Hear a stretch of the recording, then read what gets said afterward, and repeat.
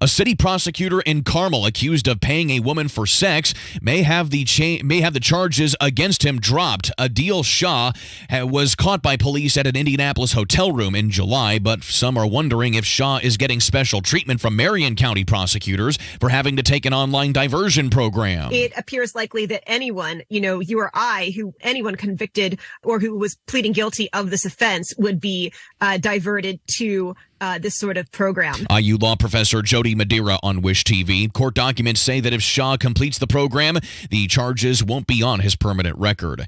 Boone County residents expressing their concerns about Eli Lilly's plans to build a massive new facility in Lebanon. The construction of the new Lilly buildings and all the employment it will bring to the area will put our local farmers at risk. You're just limiting how we can even get through or get from one side of the county to the other. Public comments at a city council meeting on Monday. In order to build the facility, the Lilly needs to permanently close down part of a busy county road. Farmers and other residents say that would cut off access to their land as well as the rest of the county. The Indiana Pacers have lost 7 straight. They hope to get back into the W column tonight as they take on the Chicago Bulls at 7 inside of Gainbridge Fieldhouse.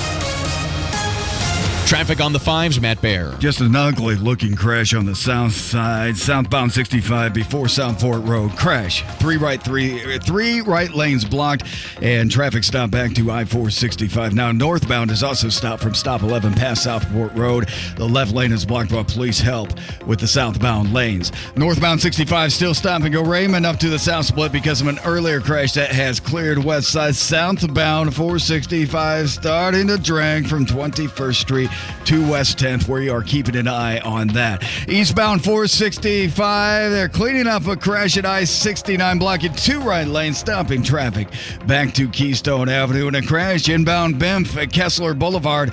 Traffic passed at 62nd Street. Traffic sponsored by Jackson Hewitt. Jackson Hewitt guarantees your biggest tax refund, plus a chance to double your refund with the Double Your Refund sweepstakes. No purchase necessary. U.S. residents 18 or older who file a 2022 federal return ends 4/2/23. I'm Matt Bear with traffic on the 5s. Follow us on Twitter at WIBC Traffic. Theme weeks, family nights, live a dream trips, and more. Whether you're looking for a short-term rehabilitation stay or want to downsize with our independent living apartments, you'll find there's always something to celebrate at a Trilogy Senior Living community. Trilogy is proud to take care of seniors' day-to-day hassles so they can enjoy life with friends, family, and a staff committed to exceeding their expectations every day. Visit us today at www.trilogyhs.com/live to find out why Trilogy is where family comes to live. Well-changing question. Are you keeping as much of your investment gains as possible? High taxes can erode returns quickly, so you need a tax-optimized portfolio. At Creative Planning, our money managers and specialists work together to make sure your portfolio and wealth are managed in a tax-efficient manner. It's what you keep that really matters. Why not give your wealth a second look? Book your free meeting today at creativeplanning.com. Creative Planning, a richer way to wealth. Imagine the possibilities of getting the backyard of your dreams. Expand your living space with an Indy Decorative Concrete patio. Indy Decorative Concrete, the patio experts, changing the way Indy thinks about concrete. The forecast from the American Standard Heating Weather Center. Mostly cloudy today, a high of 40 tonight. Cloudy, rain changing to snow overnight, a low of 32, and heavy snow Wednesday. Could see around 4 to 8 inches of snowfall, a high of 34. I'm Wish TV Storm Track 8 meteorologist Marcus Bailey for 93 WIBC. 29 and mostly cloudy downtown. I'm Kirk Darling on the level on the go and on WIBC.com. You're listening to Rob Kendall. The Republican Party in Indiana sees zero problem in record spending, in record taxation. And Casey Daniels. You went out there and said, please vote for me. You debated other people on why you're the better person for the position. Suck it up. This is the Kendall and Casey Show on 93 WIBC. Good morning. It is Tuesday, January 24th. It is 7 minutes after 9. His name is Rob Kendall. My name is Casey Daniels, and you're listening to 93 WIBC. Happy National Peanut Butter Day, by the way. That is not a day. It is. No, that's not a thing. No, it's National Peanut Butter Day. Casey, that's not a thing. You know what is a day? Martin Luther King Day. That is a day. President's Day. Mm-hmm. That's a day. Okay. Peanut Butter Day. Not a thing? Day. Not a thing. Not a day. Okay. And you and people feed this bull crap when they say things like that. I'm not trying to be critical of you, but I am being critical of you. Peanut butter day, not a day. Not a thing.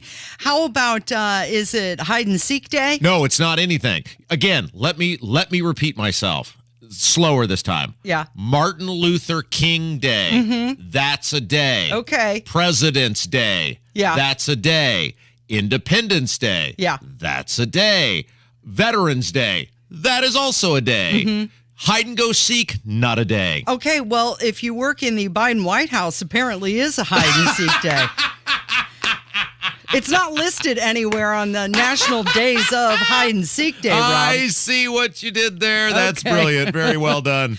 It's becoming a high-stakes game of hide and seek. Of course, you've heard by now that the DOJ found more documents with classified markings in Biden's houses, and the FBI did conduct that 13-hour search. They said it was planned and consensual, and now some Democrats are calling for more investigations, including Joe Manchin. He said Biden's handling of the documents was totally irresponsible. And Senator Tim Kaine from Virginia said that this news raises serious questions, and the appointment of an unbiased special prosecutor to investigate the matter is the right step. Now, some of the classified documents and surrounding materials dated back to Biden's tenure in the Senate. Okay, when they say an unbiased prosecutor, we've talked about this before. What does that mean? Somebody who's never been in Washington, D.C. before. Like, you're admitting the Department of Justice is so political, they cannot administer unbiased justice. Thank you. We're done here, right? I mean, what? So you're admitting there are all sorts of biased prosecutors just running around. Boy, that makes me feel really good about our system of justice in this country, that a U.S. senator is saying, we need an unbiased prosecutor. I thought they all were supposed to be unbiased. I thought that was the premise of being the prosecutors, that justice was blind. That's why the scales of justice outside the courthouse, the woman is wearing a blindfold. But apparently that's not a thing. No. Apparently all these people are all just partisan hacks. They're all biased. They all have an opinion. Imagine that. So Biden's lawyer didn't say where in Biden's Wilmington house the documents were found, other than outside in the garage and in nearby storage space. Okay, so you have to help me with this. This Ian Sams guy just popped up out of nowhere. He's like this. They list him as a spokesman for Biden. But I'd never seen this guy before, 3 days ago. Right. And now he's everywhere. Now he's getting all sorts of FaceTime. So what? I don't think Corinne Jean-Pierre quit because she just had a thing, didn't she? She did. She had a press conference yesterday, and Peter Doocy, his first question to her was, what 4-letter word did you say when they found more documents? And she laughed and said, oh, Peter. So for some reason, this dude, Ian Sams is his name. We played him yesterday. He's all over the place now. Yep. And I don't know if it's like, in basketball, if your team's losing, the coach will just look down the bench and pick somebody random and be like, go in there. What do you want me to do? You're up. Go in. He's like Rudy. Yeah. Just stay in. What do I do? Exactly. Just stay in. Was Ian Sams some guy working in the mail room who they're just like, she's not getting it done. Go in. What do I do? Just go in. Read this card. He's the guy they're trolling out there now, and he, again, refused to rule out that there are additional documents that'll be found. Okay, Ian, are there any possibilities that there are documents at other locations owned or used by President Biden in the past? So the president's personal lawyers and DOJ are in communication, and they're making sure that they're coordinated on the next steps of this investigation. Look, we're going to be really careful not to talk about potential future steps and developments in the investigation itself, because we respect the independence of DOJ to conduct this thoroughly and fairly on their own accord. And so I'm just not going to get ahead of that process in questions like that. Okay, so there's a possibility. Okay, that was Mika Jasinski, or whatever her name is, Morning Joe's wife, I guess. Yeah, on MSNBC. His adult supervision, who allows him to do a morning show while she sits next to him, kicking him under the table. Can we play? I just loved the just disappointment in her voice in this question. What a total partisan hack. Can we just play the part where she asks the question again, just the very first, 5-ish seconds of that clip? Okay, Ian, are there any possibilities that there are documents at other locations owned or used by President Biden in the past? Okay, Ian. Whoever you are, new guy. So this guy was on another show You remember which one, doesn't matter. But then he said, okay, hey, the Biden administration wasn't lying when they said last week more documents wouldn't be found. They were rather information develops is the word we're using today. Take a listen. Twice in the last week or so, 2 different times, there's been a White House put out statements suggesting that the search for these documents were complete. And each of those times, more documents were therefore found. So explain that, how that could happen, and also, do you understand the sense of is that hurting the credibility of the White House as you are trying to tell the American people, hey, we're trying to do your business while doing this too? Jonathan, thanks for that question. And look, I think in any investigation, I talked a little bit about this last week when I took questions from the press corps here at the White House about this. In any investigation, information develops. That's the nature of an investigation. Information develops, Casey. And so the fact that the press secretary made a definitive statement that there were no more documents, don't worry about that. Information develops. Also, little free tip for the audience at home, and you. This is why this show is so valuable. Anytime you hear someone in politics say thanks for that question, you know they really don't want to answer that question. That's a pause so they can think about it. That's a good question. That's a great question. Thank you for asking that. As I come up with the answer, they don't know. They don't know. That's why they're not letting out more information as it develops, because they're waiting to see at the same time as everybody else. Okay, hey, before we go to a break, can we play this clip of Nancy Pelosi? Because this was another random, confused, likely accidental act of journalism from CNN, which is now multiple days now they've done this. I don't know if someone is not feeling well over there or what's happening, but they did the same thing to her that they did to Dick Durbin the other day, where they played a clip of him saying, oh, when it was Trump, oh, these documents, this is so dangerous, this is so terrible, blah, blah, blah, blah. And then when they come back to him, well, the things are different. What I meant was... So here is the exact same thing with Nancy Pelosi. This is great. Here's what you had to say about Donald Trump and his problems this summer. Take a look. If the nature of this of these documents is what appears to be, this is very serious. Very serious. Do you think that classified documents showing up in Joe Biden's office, home, 6 years after he was vice president, do you think that's also very serious? Well, it depends on the nature of the documents. What I said, as you were listening, was if the nature of these documents is what it appears to be. We don't know. She didn't know the nature of Trump's documents either. No. Yeah. And no, they still don't.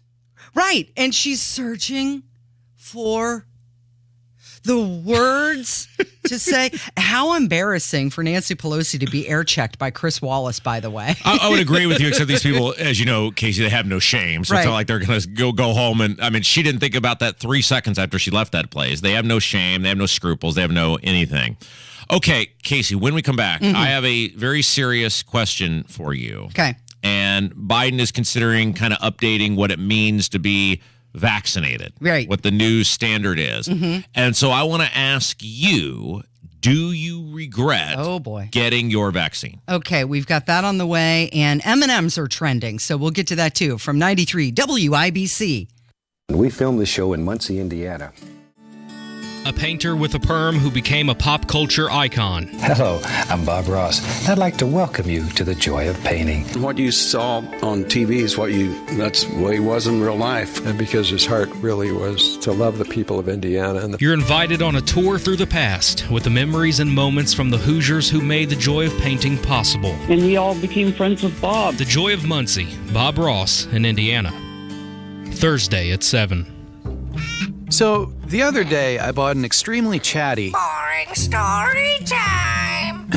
Make that an extremely catty cockatoo. You're welcome! Apparently, the pet store won't take it back. But, hey, I'll manage. I love that for you! Just like I manage without home internet. No, you don't! Sure, my mobile hotspot is slow and makes streaming shows unbearable. Aw, Bertie likes to stream! But I'm making do. Oh no, who's this? My lady friend! It's mating season, duh! No home internet? It's not that bad. No, not there. It is that bad. Don't settle. Switch to Xfinity and get one line of unlimited mobile and home internet together for $50 a month for 12 months with no annual contract. Go to Xfinity.com, call 1-800-XFINITY, or visit your local Xfinity store today. Restrictions apply. Requires paperless billing and auto pay with stored bank account. Equipment tax and fees extra. Reduced speeds after 20 gigabytes of data usage. Offer ends 3/21/23. Did you know you can get your prescriptions for less at your local pharmacy? You can with GoodRx. It's the free app that can save you money on your medications. Just search for your prescription, choose the pharmacy and the price that works best for you, and then show your GoodRx coupon to your pharmacist at the drop-off counter. GoodRx works at over 70,000 pharmacies, including Walmart, Rite Aid, and Walgreens, and it works whether you have insurance or not. It's easy to save. Next time you drop off your prescription, check GoodRx. To start saving today, go to GoodRx.com. GoodRx is not insurance. You're listening to Rob Kendall. He's a criminal, that's who he is. A vigilante, a public menace. And Casey Daniels. Wow, she's an angel.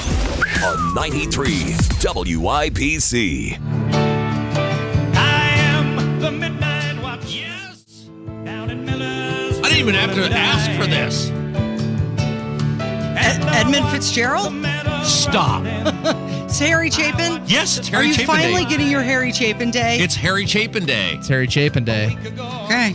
Let it be known. It's Harry Chapin Day. Good luck with that. Great job, Kevin. Everyone's ears perked up when they heard that. Harry Chapin. Did they? I can say this now Yeah. with a straight face. I've never been more excited for this show than I am this show today now. Yeah, this is like Christmas for My you. level of enthusiasm just jumped up about 9 million %. So what you were saying is previously you were just going through the motions, but now Basically. you're motivated. Right. Okay. No, I mean, and look at how good I was doing just going through I the know, motions. But I know. now You faked it so well. Each segment will bring some new surprise joy that will just light a fire inside of me. Okay. Yeah, Harry Chapin is like mental steroids for Rob. You got to be, this is the thing about hanging out with me. You got to be a thinking person. Like if you are not raising your game in terms of mental stimulation, then you're just not going to have a good time being around me because everything I do, Casey, whether it's music or hobbies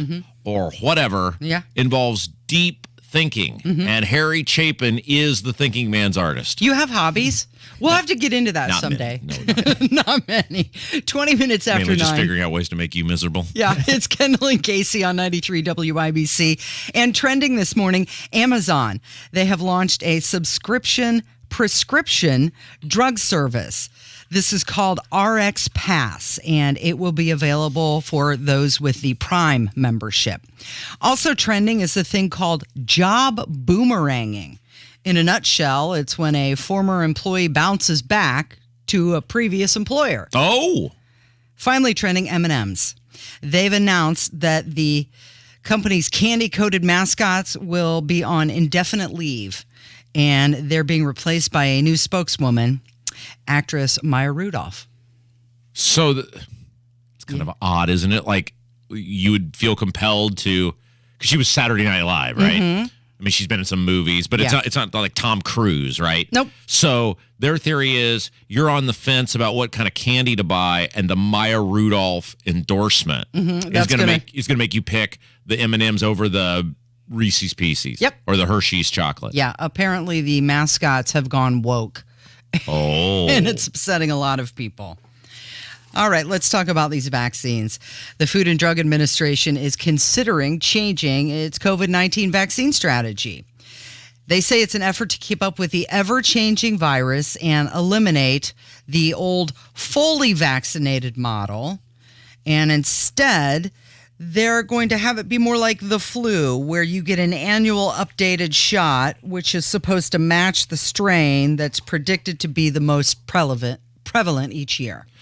Yeah, so I won't be getting this, just like I didn't get the other ones, because there is, for a host of reasons, one of which is definitively it doesn't stop you from getting COVID. And look, everybody is free to do. The difference between the way I treat this and the way other people have treated this is I believe everybody's free to do what they want to do. If you want to believe that the COVID vaccine makes you a safer person, then by all means, you inject away. If you want to once a month, 6 months, a year, whatever it is, that is your prerogative. I think you are going to be sorely disappointed, but being a freedom and liberty loving person, you are free to be sorely disappointed. These things do not stop you from getting COVID. And if it doesn't do the thing that we were told it's supposed to do, then what's the point of doing the thing? Mm-hmm. I mean, is that an unreasonable question I'm asking? Mm-mm. I do know there are potentially ramifications for doing the thing. Mm-hmm. And so, as such, why would I take the potential ramifications when the thing doesn't do the thing that we were told it's supposed to do? So John Moore, who's an immunologist at Cornell Medical College, said the hard evidence is lacking, and the evidence that is out there is at very least inconclusive. And Marjorie Taylor Greene is demanding an investigation into the COVID vaccine. So I have a question for you, because I know, and you've been honest with us about this, and that's the reason we're talking about this. You got a vaccine like shortly after the vaccine became a thing, right? Yeah. Do you remember when it was that you got your initial inoculation? It was pretty early on. It was, I believe, in April of 2021. 21. Okay. Yeah. So you have been candid that you did that for a couple of reasons, one of which was your employer pressured you into doing that. Yep. Do you, in hindsight, because you not only influenced, and I'm not saying you made them do that, but you helped influence people around you as well who also made the same choice. Knowing what you know now, do you regret getting the vaccine? Yeah. I probably wouldn't have done it. Why? Why do you regret doing it? Because I think this is really important, what we're about to talk about here. Well, as you know, when I had my daughter, I suffered from cardiomyopathy postpartum, which is inflammation of the heart. Yeah. And I had problems. And now they're coming out with, there's a report that says that 68% of the 260 million U.S. adults who received the vaccine, 7% said they had side effects, which equates to about 12 million people. Right. And one of the side effects is this myocarditis, which is inflammation of the heart. So that, I don't want to say it weighs on my mind, but it is a concern for me because I have gone through heart trouble in the past, and I put myself in a position to maybe escalate that.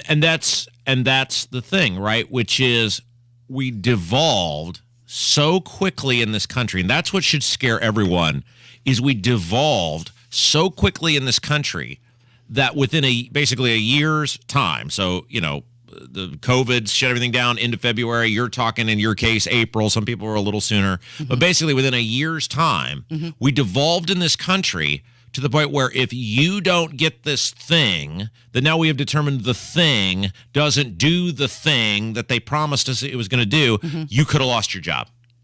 Yeah, it was. Well, and you know what? When I applied for the job here, I had to show my vaccination status as well. I mean, that was typical of a lot of people where they worked. Yeah. And it was because of that. And it was also because of family pressure, a mom saying, "Did you get your vaccine?" And I know she did it out of concern. Sure. Because we didn't know. So that's an interesting conversation, because that was not a problem in my house, right? Right. Well, so that, I think that's fascinating, and maybe you can talk about that for a second. What that's like to have somebody not in your house, but somebody close to you, basically not pressuring you out of any ill will or whatever, but pressuring you to do that because that's what they thought was the right thing to do. In my house, from my parental side, it was, you didn't get that vaccine today, did you? So it's like the exact opposite. Right, exactly. What is that like? Well, I have had a flu vaccine from time to time. I've never been a regular, got to get my flu vaccine this year, got to go do it. And she knew that. So mom was just out of concern, hey, get that vaccine, you got to do this. You're going to go, and because nobody knew what was going on at that time. And we were told this is the thing to do so you don't kill grandma, right? Yeah. And I didn't want to be that person. And because of my job and everything, yeah, okay, I guess I'll go. We're all doing this. And I went to the DeVos Center in Grand Rapids. And yes, named after those DeVos's. Oh, it just dawned on me, right? And went and got the vaccine, waited in line. And then when the second one came around, same situation. And it was a well-oiled machine. I mean, you walked through that line. They had your name. And it was in the car, right? You never got out of your car? The booster was in the car. I never got out of the car and just leaned my left arm out of the window. And they gave me the shot and said, pull over there and park for 10 minutes. And the booster, I could feel. That's ridiculous. Hotness going through my body. Just the country. Now, we mentioned devolving, and we got to get to a break. Maybe we can continue this conversation when we come back, because something that is ever evolving and for the better is Kurt Darling in the news. Yeah. Okay, we've got more to come. It's Kendall and Casey on 93 WIBC. 5.5%. Where can you get 5.5% on your money today? You're certainly not going to get it at the bank. And who knows what will happen next with the stock market. But for a limited time, you can get 5.5% guaranteed for 3 years. That's right. You can get 5.5% on your money guaranteed for 3 years. And it's backed by some of the largest, most trusted insurance companies in the world. To learn more, call Bill Demery, your retirement guy right here in Indy, at 317-972-9172. This is your chance to lock in a great interest rate before they start falling. Learn how you could get 5.5% on your money, guaranteed for 3 years. Call 317-972-9172. 317-972-9172. Get 3 rooms of carpets, zero res clean for only $139. Call 388-5141 or online at zeroresindy.com with promo code ZeroRes1. 93 WIBC Mobile News. On the level, on the go. Lots of shootings. It's cloudy and 31 downtown. I'm Kurt Darling. Here's what's trending at 9:30.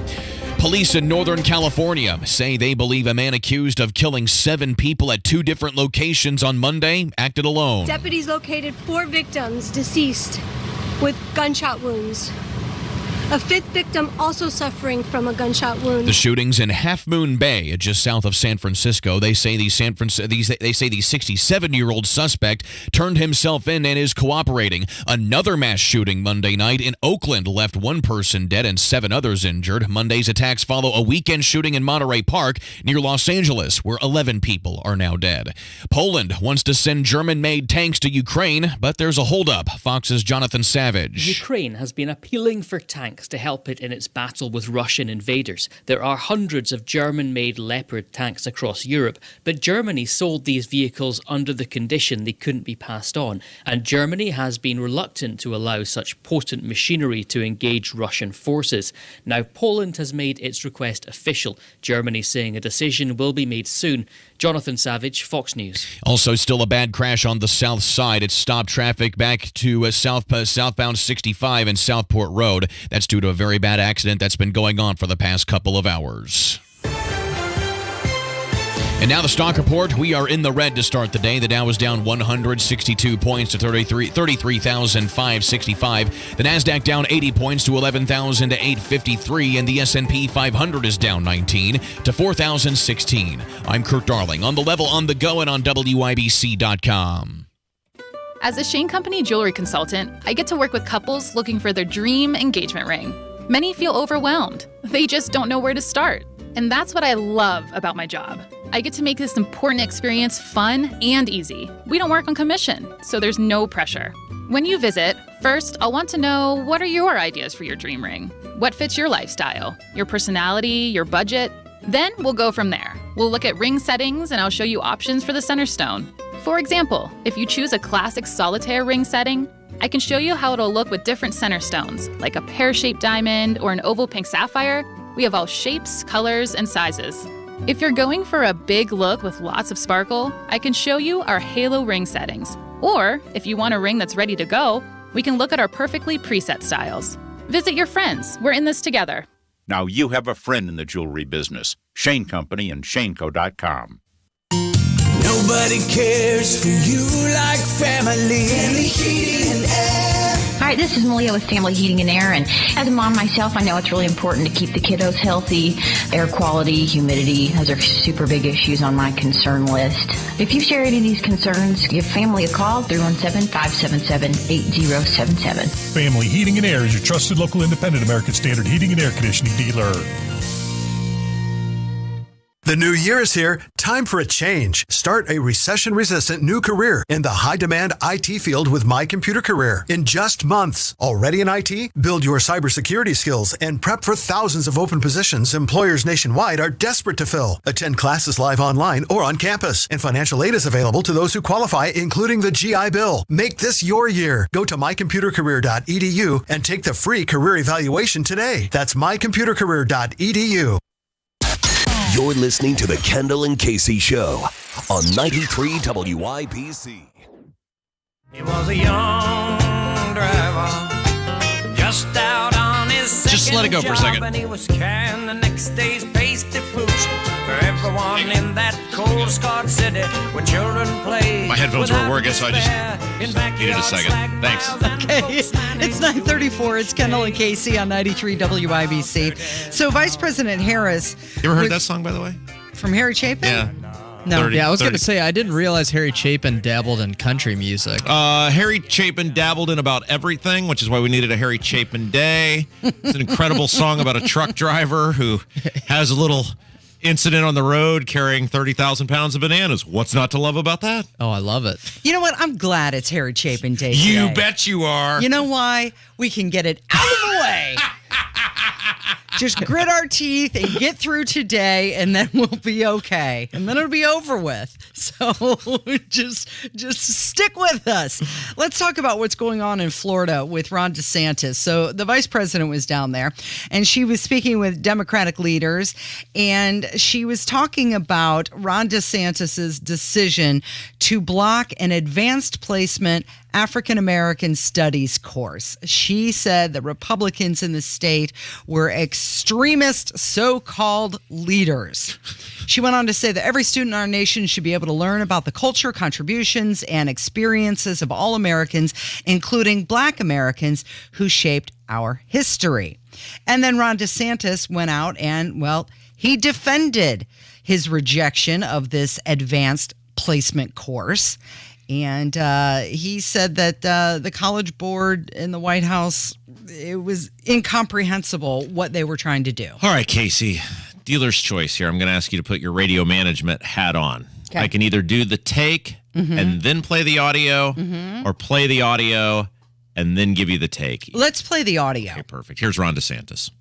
And the issue is we have guidelines and standards in Florida.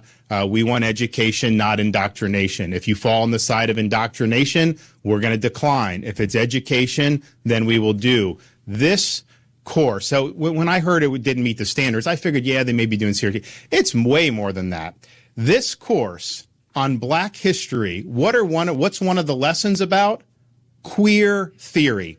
Now, who would say that an important part of Black history is queer theory? That is somebody pushing an agenda on our kids. And so when you look to see they have stuff about intersectionality, abolishing prisons, that's a political agenda. And so that's the wrong side of the line for Florida standards. We believe in teaching kids facts and how to think, but we don't believe they should have an agenda imposed on them. When you try to use Black history to shoehorn in queer theory, you are clearly trying to use that for political purposes. Okay, that audio is everything. And that audio right there is why Ron DeSantis should absolutely be the face of the Republican Party and should absolutely be the Republican nominee for president, because he said all the things that needed to be said. He said all the things that most Republicans are afraid to say, but he said it in a way, in a professional manner, yet direct manner, that you walk away going, I feel really, really good that dude is our guy, and I will stand behind him, because most Republicans do not have the guts to stand up to the radical left public education agenda, including these cowards right down the street here from us at 200 West Washington. Because anytime angry red-shirted teachers show up, whenever these Republicans get ideas that are actually good ideas, they crawl under the table and say, I'm sorry for having ideas. Ron DeSantis isn't afraid to take the slings. He isn't afraid to take the arrows. He isn't afraid to stand up for what's right and say all the things and say, if you don't like it, there's someone else you can vote for. Oh, wait, we just had an election and I won overwhelmingly. So, yeah. Okay, so the Florida Department of Education has said that African American history still included in its education plans. But his point is that you can't shoehorn in queer theory and this other indoctrination masquerading as education. And he also said that his priorities are going to be giving teachers more rights and decreasing term limits for board members. Plus, he has this freedom blueprint where he's proposing to give teachers raises and not demanding that they join unions, and that unions would need permission from teachers each year to keep their name on a membership roll. Is that something that happens? Do they put a teacher's name on a union membership roll and just keep it there indefinitely? You know, I don't know. I'd have to look into that. I don't think you're required to join the teachers union in the state of Indiana. But, you know, and I talked to my mom about this because she was a public education teacher for years. And now, obviously, again, it's been several years since she was a teacher. But she said, while you weren't required to join, the pressure to join is I bet. Immense. Yeah. And unless you are a super strong-willed person who absolutely does not mind everyone pressuring you and saying awful things about you, I mean, of course, like someone like me, that would be just a good time for me. But the average person, and I'm not blaming these people, I'm just telling you the reality of what it is, do not have the intestinal fortitude to stand up to these lunatic leftists who run these teachers unions. And then the problem becomes, because I hear this all the time from teacher friends, you know, well, those people don't speak for me, blah, blah, blah. But they do. But they do. If you don't speak up, whether you're in that union or not, they speak for you because they're telling everyone that they speak for you. And the public education, the education issue is where the battleground is now and is going to be, because the reason the country is on the path it's on and is run by the people it's run by and has been overtaken by the people it's been overtaken by is because we as a society have allowed radical leftist lunatics to not just control but dominate the public education sector. And this is why that bill that Becky Cash and others now have put forward that would make school board elections in Indiana just like every other election. Like, you're not proposing anything different other than to make school board elections like every single other election, where you identify what political party you are and you run in a primary just like coroner, surveyor, town council, city council, mayor, state house, state senate, every other office. That is such an important bill. Now, I have zero confidence that the Republicans who control everything will actually move that forward because they are petrified of the angry red-shirted teachers. But that is the bill that in this state will fix a whole bunch of the problems, because you have all these people in, I mean, take Brownsburg, for example. It's where I live. It's all Republican, I mean, at least people put R's next to their name. They don't actually govern like Republicans, but at least all the offices in that county, for the most part, are Republican. In the city, the town, they're all Republican. But yet the school board, 4 of the 5 people are just open radical leftists. Why?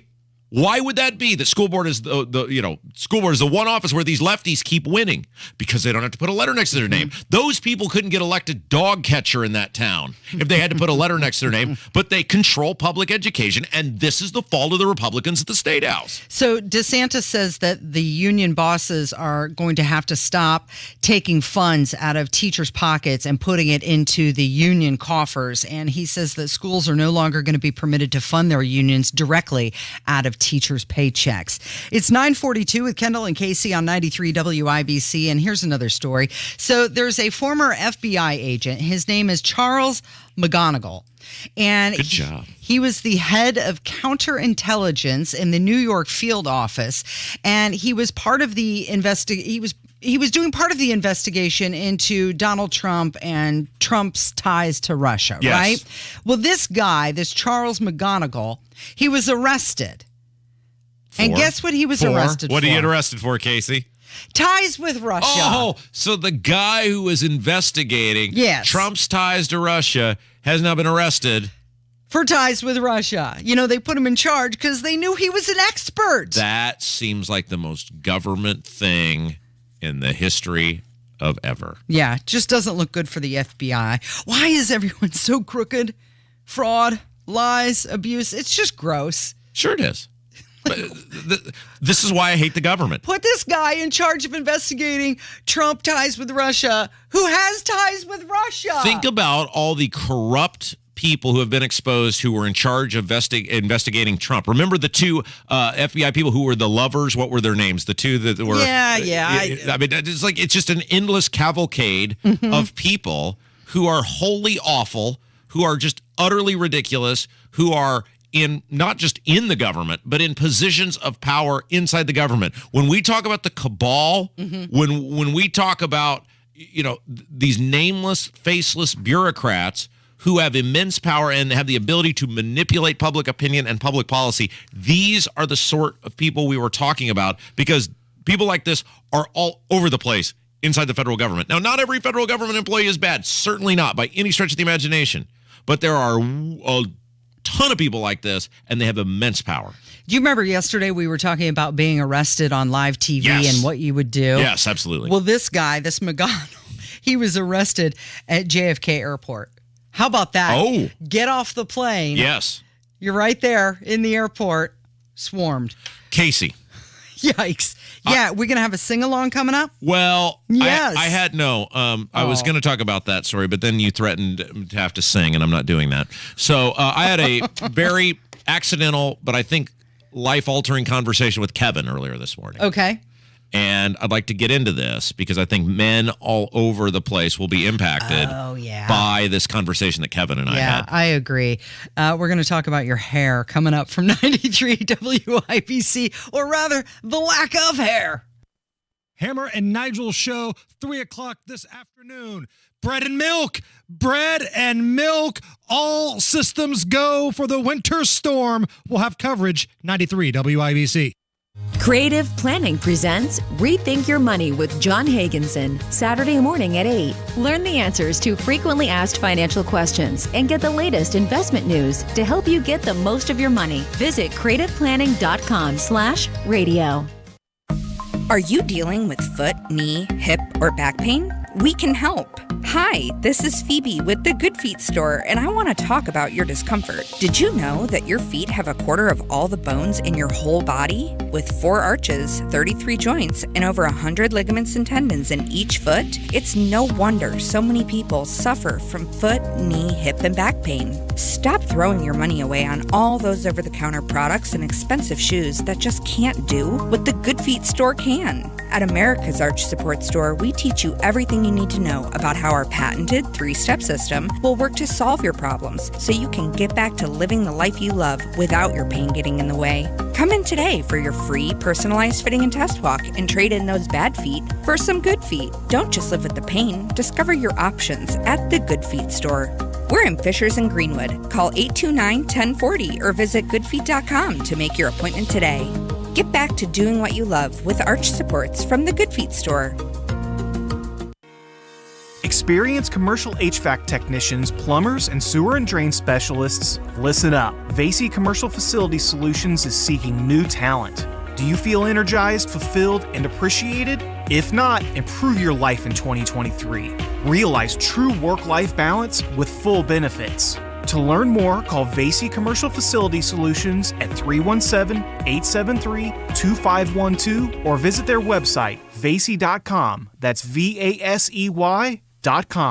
Every small business owner knows business happens everywhere. The office, the warehouse, or on the road. And no matter where it takes you, there's one solution to help your business thrive. Comcast Business Complete Connectivity. It's the largest, fastest, reliable network with advanced gig speed Wi-Fi and cyber threat protection in one solution. Plus, add Comcast Business Mobile and you can save up to 60% a year on your wireless bill. Get started for just $40 a month for 12 months with no annual contract when you add mobile. And ask how to get up to a $750 prepaid card. Flight 291 is now boarding. Yep, you're going places. And when you get there, be ready to do business. The complete connectivity solution from the company that powers more small businesses than any other provider. Comcast Business, powering possibilities. Ends 2/21/2023. Restrictions apply. Requires EcoBill and AutoPay. New 100 megabits per second internet and Comcast Business Security Edge customers only. Equipment, taxes, and fees extra. After 12 months, regular rates apply. Gig internet required for gig Wi-Fi. Mobile savings compares pricing of top 3 carriers. As a Walgreens pharmacist, I talk with people all the time about little tips and tricks for filling their Medicare prescriptions, like taking advantage of Walgreens 90-day refills to save them a trip, or using Refill by Scan, which is super easy and right on your phone. And for anybody worried about prescription costs, I say, hey, we got you, with low-cost copays on many medications. Let's talk about making things easier. Walgreens is here. Fill your way and save at walgreens.com/Medicare. See pharmacists for restrictions and exclusions. Remember how we listened to the radio, and I said that's the place. This is the greatest song ever written about radio. You're so happy today that it's Harry Chapin Day. As a small boy, Casey, I said someday I will have my own radio show. Yeah. And on that radio show, Congratulations. I will have a Harry Chapin Day. Uh-huh. And we will play WOLD.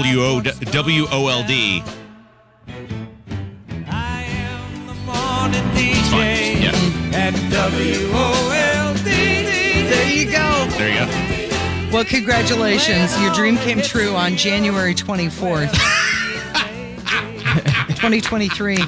That's today at 9:49. It is Kendall and Casey on 93 WIBC. So I love it when I walk in the morning. Every morning you check in with Kevin, and he's in the studio grabbing audio for the show. And today I opened the door, and the conversation you guys were having, well, I didn't really fit in, did I? So Kevin is always so on top of his appearance. Mm-hmm. And part It's very of Kevin, stylish. part of Kevin's appearance. Mm-hmm. I mean, you dress like someone who would be in the corporate world every day, even though you're in radio.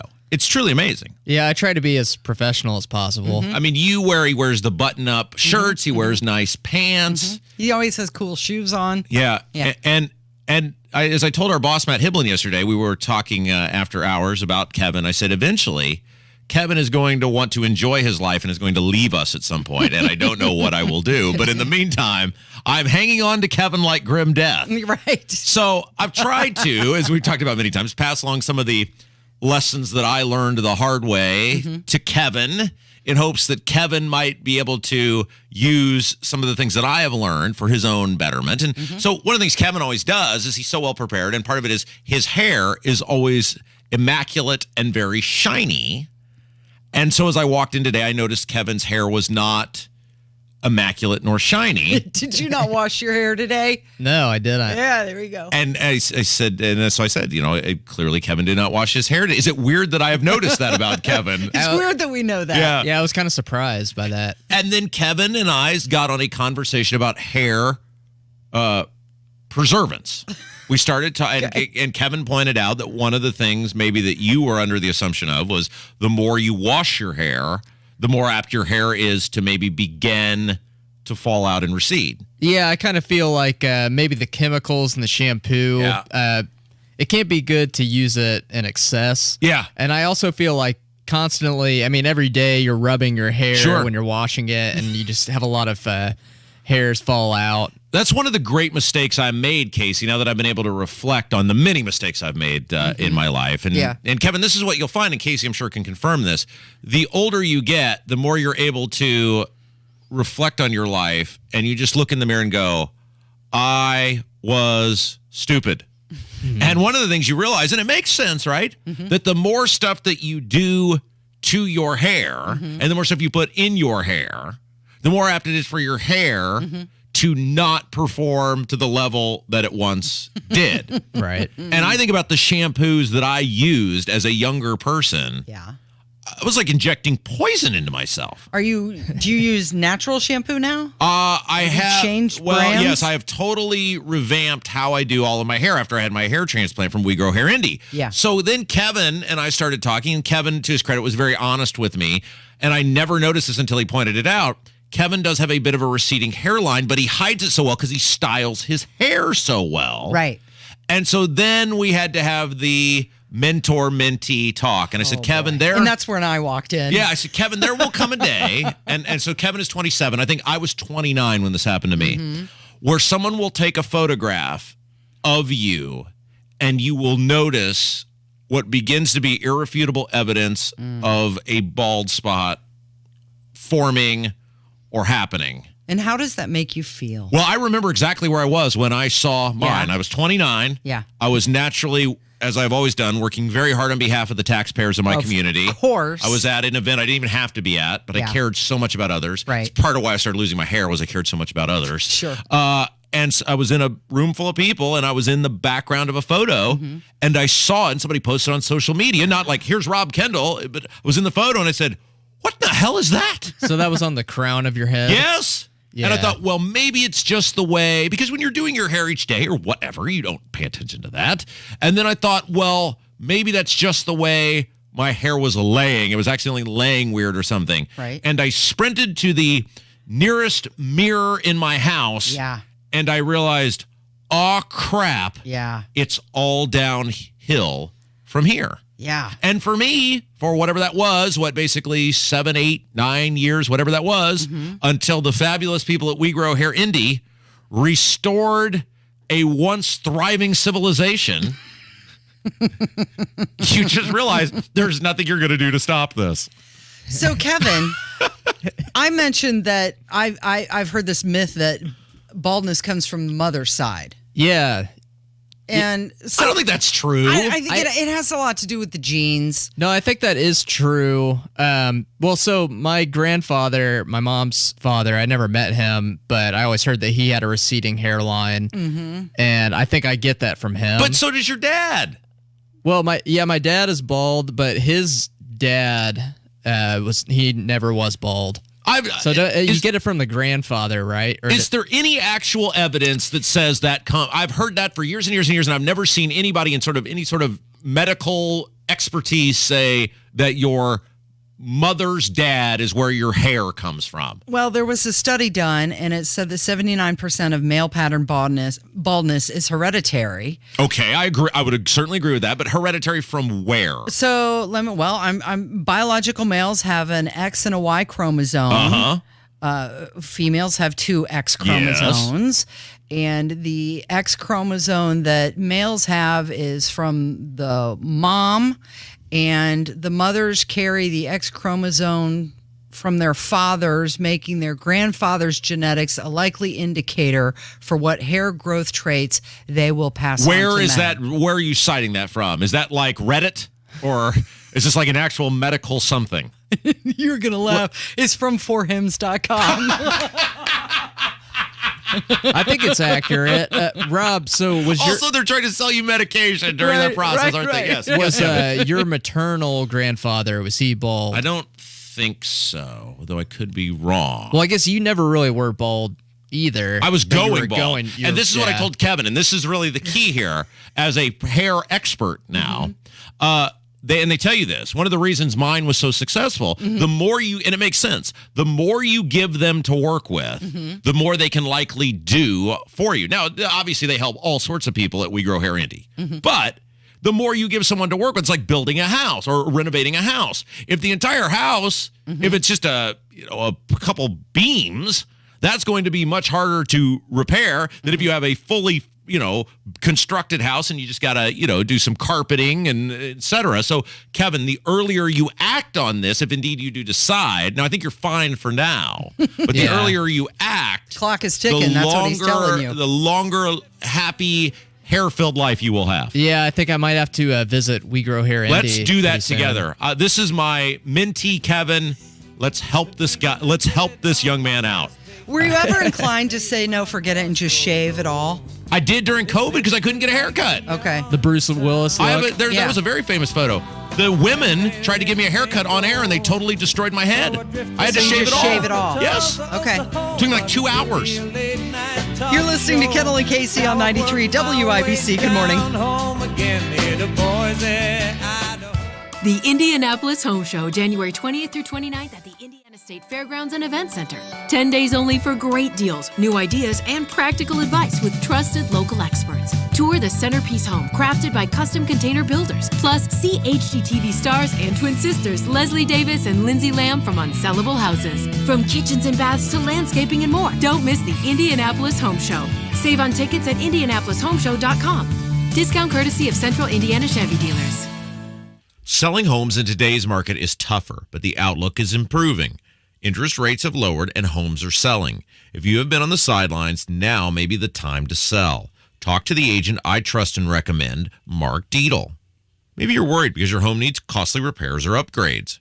With Mark Dietl, there are no required costly repairs. Pick your move date. Stay in your home after the sale stress-free while you close your dream home. There are no long-term contracts, and you can cancel at any time. Listen to what Mike and Loretta in Mooresville had to say about working with Mark Dietl. Our kids were grown and moved out, and we wanted to downsize and move closer to our grandkids. We were worried our timing was bad, but with Mark Dietl, it was easy. With relentless marketing, we had a buyer in just a few weeks at the price we needed. Call the agent I trust and recommend for the details. Mark Dietl guarantees an offer in 3 days for full market value, or it's listed for free. Call Mark Dietl at 317-755-4232 or go online to markdietl.com. That's Mark, DIETEL.com. Don't miss B Windows year-end sale. Get up to $2,000 energy tax credit plus a federal tax credit. Your home will save energy every day with new energy-efficient B windows, added insulation with B siding, or an energy-efficient B entry door, or add beauty with a B back. And get 50% off plus 22 months, no interest, no payments. Hurry, B's year-end sale and energy credit ends soon. We love it when a home comes together. Trust me. Coming up in 2 minutes, a lot of snow is on the way. When it'll get here and how much. Plus, why there were lots of people on the steps of the State House on Monday. Harrison Silcox reports. All that and more coming up from the Peterman Brothers Heating, Plumbing, and Electrical Studios. After Fox News, you're listening to 93 WIBC, WIBC HD1 Indianapolis.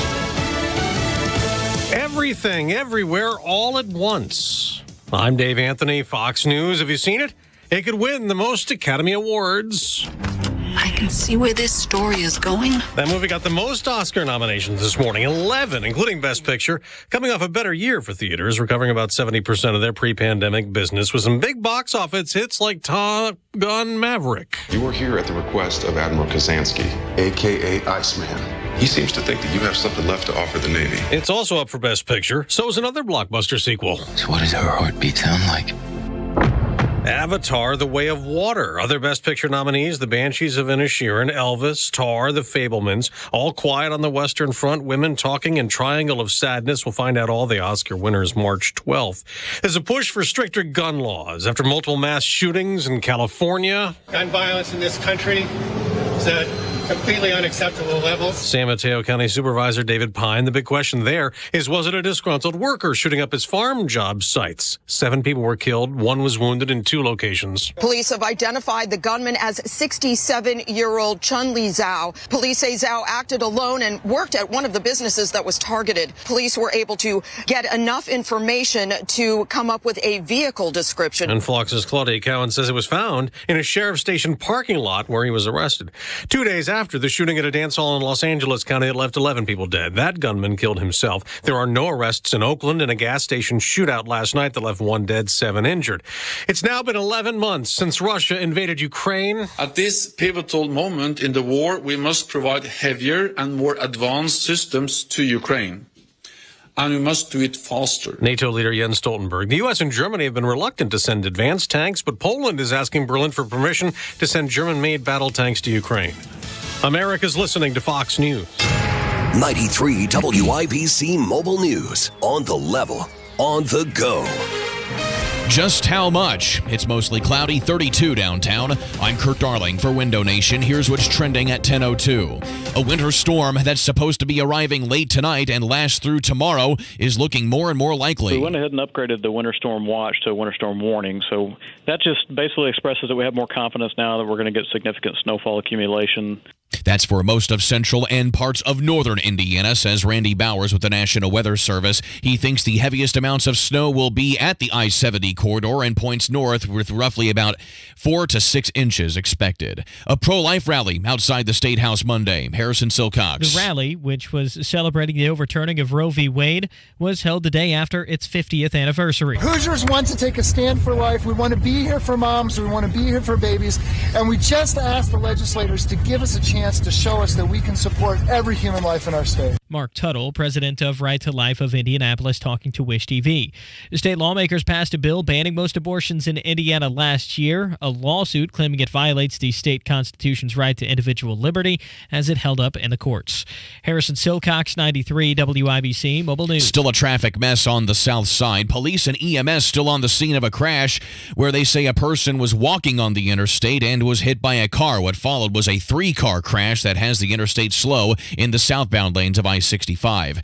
IMPD Chief Randall Taylor wants to put a dent in crimes involving guns, but says that his detectives can only do so much. Chief Taylor says that he needs witnesses and community tips to put the right suspects behind bars. And I would like to applaud those community members who have taken time to step out and help us with these cases. Information that they've given has helped us to make some very good arrests, and we appreciate that. Indy has nearly 150 unsolved murders left over from 2022. The Indianapolis Colts hope to interview 49ers defensive coordinator D'Amico Ryans soon. Ryans had to cancel an interview with the Colts this week as the Niners prep for the NFC Championship game. I'm Kurt Darling, on the level, on the go, and on WIBC.com. Home shows provide homeowners the deepest discounts of the year on remodeling projects. And right now, Window Nation is bringing the home show savings right into your house. 2 free windows with every 2 you buy, no limit. Plus, pay no interest for 60 months. Use their free virtual visualizer at windownation.com/home show. Upload a picture of your house and try out hundreds of options online. Get design tips from the experts and learn how Window Nation's trained installation specialists have helped over 150,000 homes with over 96% customer satisfaction rates. But remember, these once-a-year home show savings are for a very limited time. Call Window Nation today, 866-90-NATION, or go to windownation.com/home show. Get 2 windows free with every 2 that you buy. Pay no interest for 60 months. That's 5 full years. 866-90-NATION, or go to windownation.com/home show. You're listening to Rob Kendall. The Republican Party in Indiana sees zero problem in record spending, in record taxation. And Casey Daniels. You went out there and said, please vote for me. You debated other people on why you're the better person for the position. Suck it up. This is the Kendall and Casey Show on 93 WIBC. Good morning. It is Tuesday, January 24th. It is 5 minutes after 10, and you're listening to Kendall and Casey on 93 WIBC. He's Rob Kendall, and my name is Casey Daniels. And let's talk about some football. The Colts are going to decide on a head coach soon. They're dwindling down their robust list of head coaching candidates.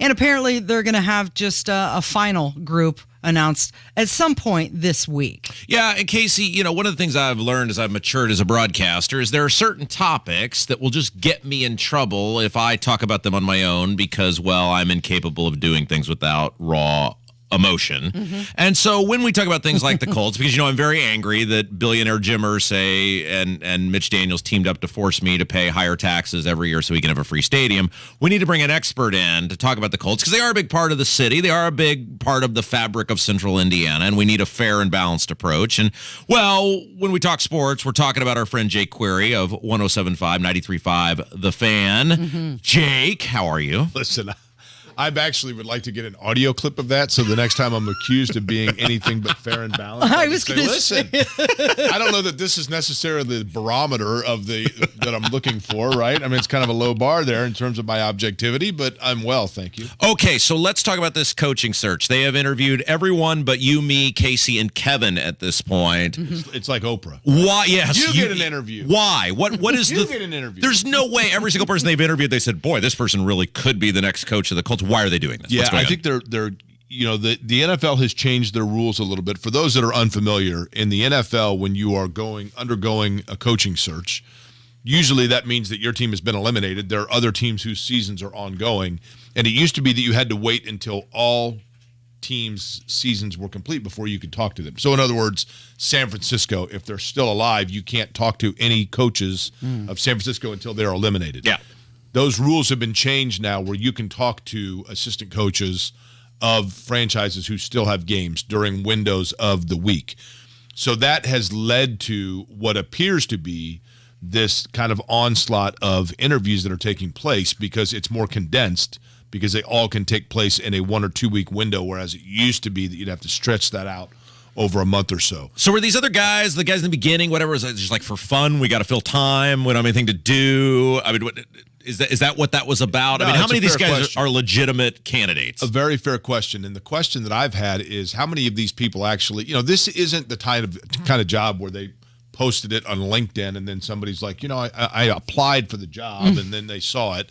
They're reaching out. I think it's as much exploratory on both sides, right? Hey, we'd like to talk to you to see if you have interest in this. Then you go from that to narrow it down to, okay, here are those that legitimately feel like they're interested in this job. And they would narrow that down to 5. It is a wider cast net than we've seen in the past. I think it's like a net from Jaws. It is. And I think it's a little exhausting, quite frankly. But I think what the Colts are doing is one of two things, Rob, and it would be disingenuous for me to say for certain that I know which way it goes. But they are either, A, casting as wide a net as possible because they want to make sure they get this hire right, and if the owner, Jim Irsay, is hell-bent on getting Jeff Saturday as the full-time head coach, they want to be able to say, we exhausted every option, and he still was the best candidate. Or B, Chris Ballard does not want Jeff Saturday as the head coach, and so therefore he is covering all bases to be able to say, look, folks, I did everything I could to offer as many options as possible, and yet the owner is still convinced this is the guy, but I did my job. Okay, so you mentioned Jeff Saturday, and what about the special teams coordinator also getting an interview? Yeah. And if one of them ends up getting the job and not the other, does the other stay, or does that create like animosity between them because they both wanted the same gig? Isn't the guy's name Bubba? Isn't that his name? Bubba Ventrone. Yes, Yeah, Bubba. right. Yes. How do you not pick a guy named Bubba? I would, Is that his birth name? Although Jim Bob Cooter, who was also an assistant coach in the There you past, go. if we were going off names, that's the guy, right?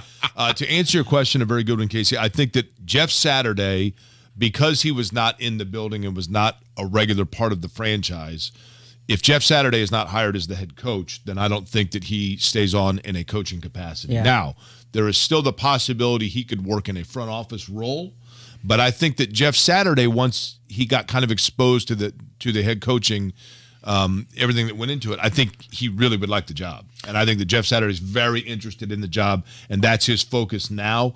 A front office position, maybe he would revisit later, but for right now, he's laser focused on the head coaching position. And I think that whoever does become the head coach, then probably, including if it were Jeff Saturday, they would then bring in a lot of assistants. So we would see what happens. Although Ventrone's very highly thought of. Yeah, but you don't. If Jeff Saturday gets the job, do you think Bubba's like, well, I'm out of here? No, I do think that Bubba Ventrone probably would be realistic about that. And because he has an existing relationship, I could see them. I think Saturday would reach out to him, do you want to be here? And that offer would be given to him. And it would not surprise me if he was retained in the same position because Ventrone, I think, was realistic about the likelihood. Sometimes there's that courtesy, right, of we're going to give you the interview just because down the road you may be a head coaching, it gets like you the practice, right? experience. Helps you Correct. practice. Yeah, and you can say, I interviewed for the whatever. Correct. Yeah, Jake Query's our guest, 107.5, 93.5 The Fan, morning show. Okay, so I'm a Bears fan. And I feel like the Indianapolis Colts will probably give the Bears everything they want to move up including up to 3 first-round draft picks. Am I way off on that? I feel like the Colts are so desperate, and they totally tipped their hand in that Ballard postseason press conference that the Bears, if they're patient, could just name their price and Irsay will do it. If the Bears are going to move out of the number 1 spot, then I think the Colts are a likely partner for them to make that trade because of the relationship Ballard has with people in the front office in Chicago. The Colts have the 4th pick. The Bears have the 1st pick. To move up 3 spots, theoretically, you'd have to give them your 4, right? So this year's first, probably another year's first-round pick and a second-round pick. I think that would probably do it to move up those 3 spots. Just depends on, for Chicago, what other teams are willing to offer. Somebody that's further back in the draft, for example, if they're 28th and they want to move up to number 1, they're going to have to offer probably multiple year number 1 picks, and that might be more enticing to Chicago. But I think for the Colts, it would be this year's pick, a future first round, and probably a second round as well. Okay, before we let you go, on your morning show, I was listening as I was driving in today, and you and Kevin brought back some memories for me. You mentioned fond experiences at the Holodome. For those people who may not have lived here for a long time, can you explain what the Holodome was and why it was the greatest thing in the history of ever? The Holodome was essentially the late 70s, early 80s version of the Great Wolf Lodge, except for on a much lesser scale. It was that like Kmart would be to Target. It was a Holiday Inn which featured any various form of people that probably were potentially dangerous. And then like indoor water slides that were likely like a hazmat, disaster. But it was fun, right? And it was a bunch of kids running around, and you met you go down the slide and you meet some kid that also was there spending a weekend from like Paris, Illinois, and you're like, oh man, I met a kid from Paris over the weekend. It was awesome. It was back before we knew what life was just simpler. Yeah, man. We were entertained by more simple things. I had totally forgotten about the Holodome, and you mentioned that, and you were reminding me that you stop on the way home and you get like ice cream at Farrell's, and like the weekend is good. Yeah, there was one in Columbus, right? Yeah, Columbus, Indiana had one that was themed like the 1920s. They had like Model T cars and like if you were really lucky, you went to one that also had like cavernous, like cave type motif. We were so simply entertained. Right? I had just totally forgotten about that. Go to the cave at the Children's Museum and spend hours thinking I was in Kentucky. Yeah, that was great. Jay Query, 107.5, 93.5 The Fan. Thank you, my friend. All right, see you guys. It's Kendall and Casey on 93 WIBC.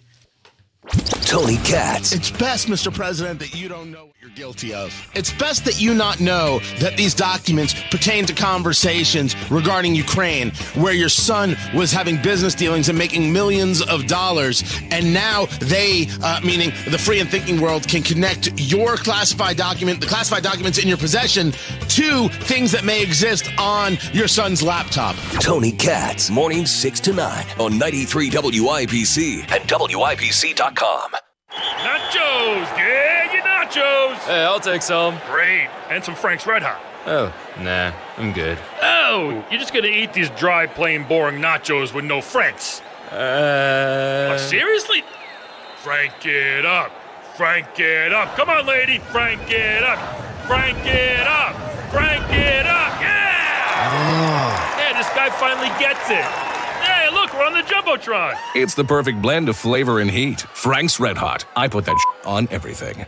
Imagine the possibilities of getting the backyard of your dreams. Expand your living space with an Indy Decorative Concrete patio. Indy Decorative Concrete, the patio experts, changing the way Indy thinks about concrete. You're listening to Rob Kendall. It's like a jackal from hell. And Casey Daniels. Oh, hot. Want to touch the hiney. On 93 WIBC.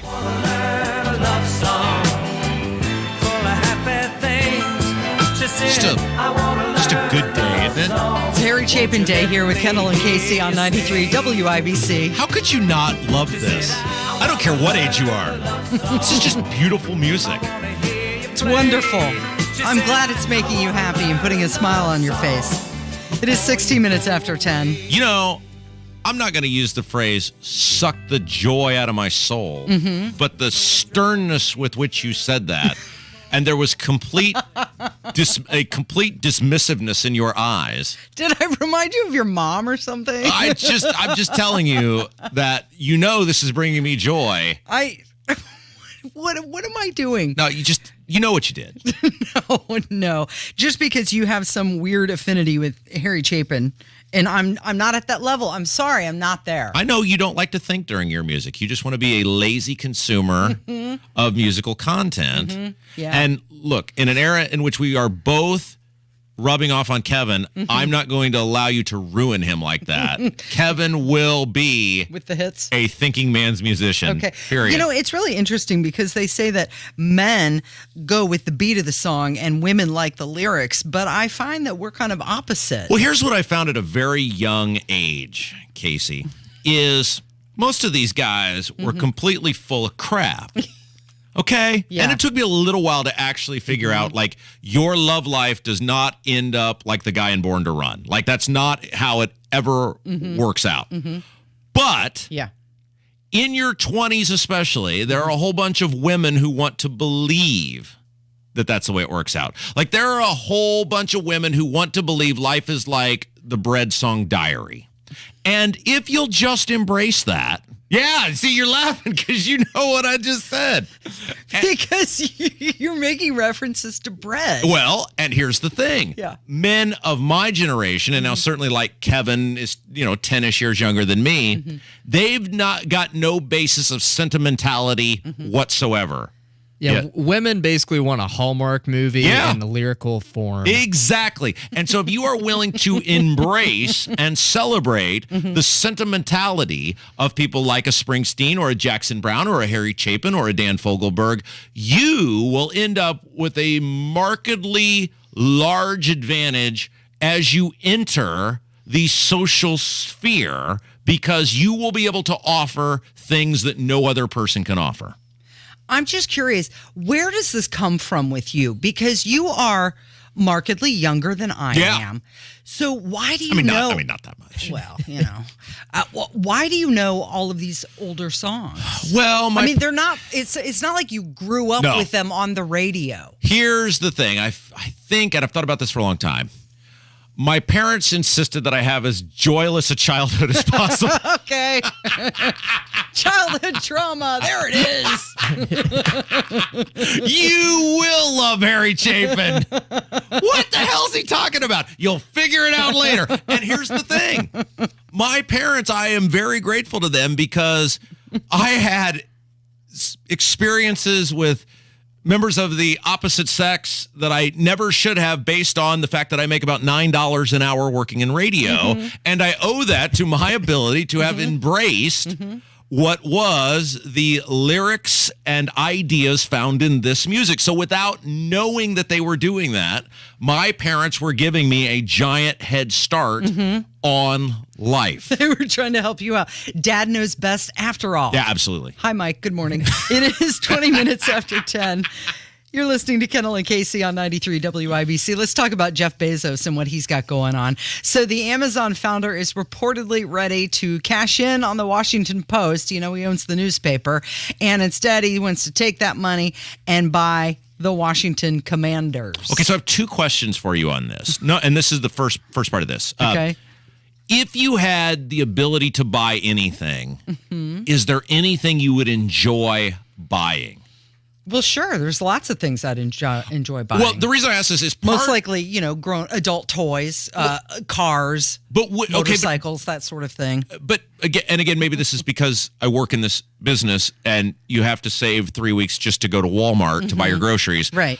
But part of getting something for me has always been the effort that goes into getting it. Now, certainly Jeff Bezos obviously worked to make his money. I don't think anybody's saying that. But if you achieve such wealth that you never have to make a choice, like should I A or should I B? It's I can A, B, C, or D. It's like, here's a great example. When I was a kid, I used to collect old wrestling videos. And you couldn't find them anywhere other than if you went to a video store and could convince the manager of the video store, you'll no longer rent this wrestling pay-per-view from 5 years ago. Just sell it to me for $5 and you'll make more money.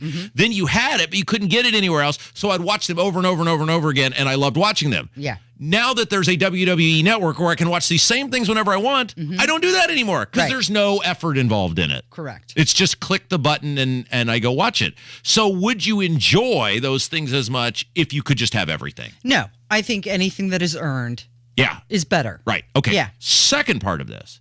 if indeed Jeff Bezos tries to buy the Washington Commanders, he would be buying it from a guy named Daniel Snyder. Now, Daniel Snyder is another infinitely wealthy person, but has had multiple instances in which his character or judgment, etc., has been called into question. Well, you're saying that really nice. I mean, he's being investigated by the league over accusations of sexual assault and financial malpractice. Oh, okay. Look, I'm just trying to be very fair and balanced because everyone's innocent until proven guilty. Sure.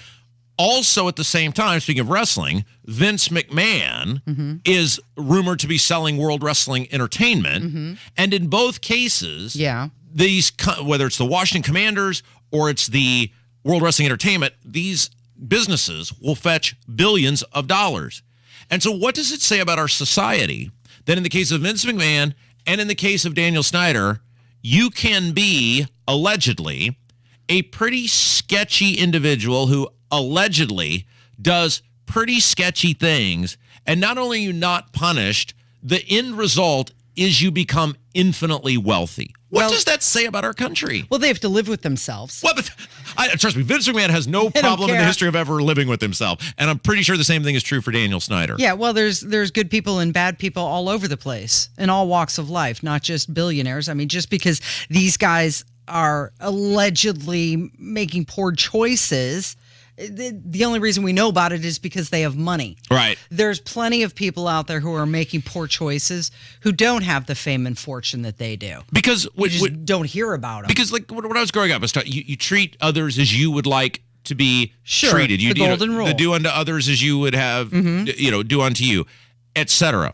And that's great. But really we see in society, being a fairly cutthroat person who is willing to maybe not have the respect for others that they deserve, that are willing to put your boot on others if it elevates you, who are willing to treat other people like garbage, those people keep getting rewarded. Like, think about if we go back to the financial collapse of 2008. Overwhelming amount of those CEOs, many of them who are involved in really crappy decisions, sometimes intentionally crappy decisions, ended up not only not end up in prison, they ended up with gajillion-dollar, what do they call them, golden parachutes. This just keeps happening in our society, in which really crappy people, or people who we perceive to be really crappy people, keep getting rewarded for being really crappy people. So I would think it makes it hard for you to instill in a younger person, hey, you do right by others, and eventually it'll all come back to you. You just treat others how you want to be treated, and that's who gets rewarded. That's really, outside of your own strong moral compass and a belief in something higher than yourself, that's not a great sales pitch that works very much anymore, because it keeps playing out where that doesn't happen. Well, you're talking about the eroding of the morality of America. Right. Yeah, and, we talk about that a lot. I mean, Micah mentions that, who we're going to have on later in the show, where people don't want to bring religion into government. And why not? Right. Why not? What's the problem? Okay. Let's take a break. We've got voicemails coming up. And, Casey, yesterday, I had a conversation with a politician that I would like to talk briefly about, because when people do the right thing, and we say this all the time on this show, you're so negative about everyone. If they give us a reason to be positive, we will be positive. And a politician did something yesterday that I have immense respect for, and I would like to talk about that. Okay. We have a lot of phone calls to get through as well. Oh, we do have. It's going to be an action-packed segment, and most importantly, it'll kick off with Harry Chapin. Oh, boy. Please tell me the Moon Lady didn't call back. Well, somebody called back about the Moon Lady. And here's the thing. I know every day I say that's going to be the end of it, but people love this Moon Lady conversation. Okay. And I got to give the people what they want. It's Kendall and Casey. It's 93 WIBC. Does runaway inflation and reckless spending in Washington have you worried about the security of your hard-earned retirement savings? If so, it's time to call the precious metals experts at Fisher Capital. Fisher Capital specializes in helping investors like you diversify their retirement portfolio and preserve wealth with physical gold and silver. Whether you're looking to acquire coins or bars, open a gold IRA, or just want to learn more about the advantages of owning precious metals, Fisher Capital will equip you with the knowledge to make an informed decision that's right for you and your family. Call Fisher Capital today at 800-376-4333. That's 800-376-4333. Mention WIBC when you call to get a free no-obligation investor kit. 800-376-4333. 800-376-4333. Past performance does not guarantee future results. Don't lose another night's sleep worrying about the security of your retirement savings. Call Fisher Capital, 800-376-4333.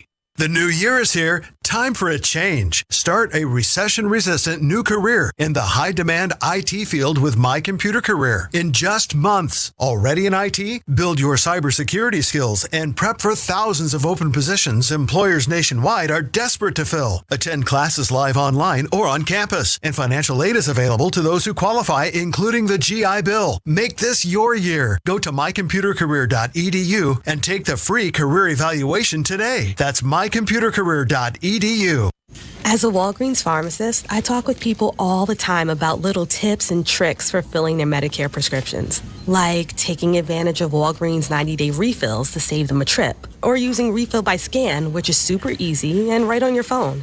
And for anybody worried about prescription costs, I say, hey, we got you, with low-cost copays on many medications. Let's talk about making things easier. Walgreens is here. Fill your way and save at walgreens.com/Medicare. See pharmacists for restrictions and exclusions.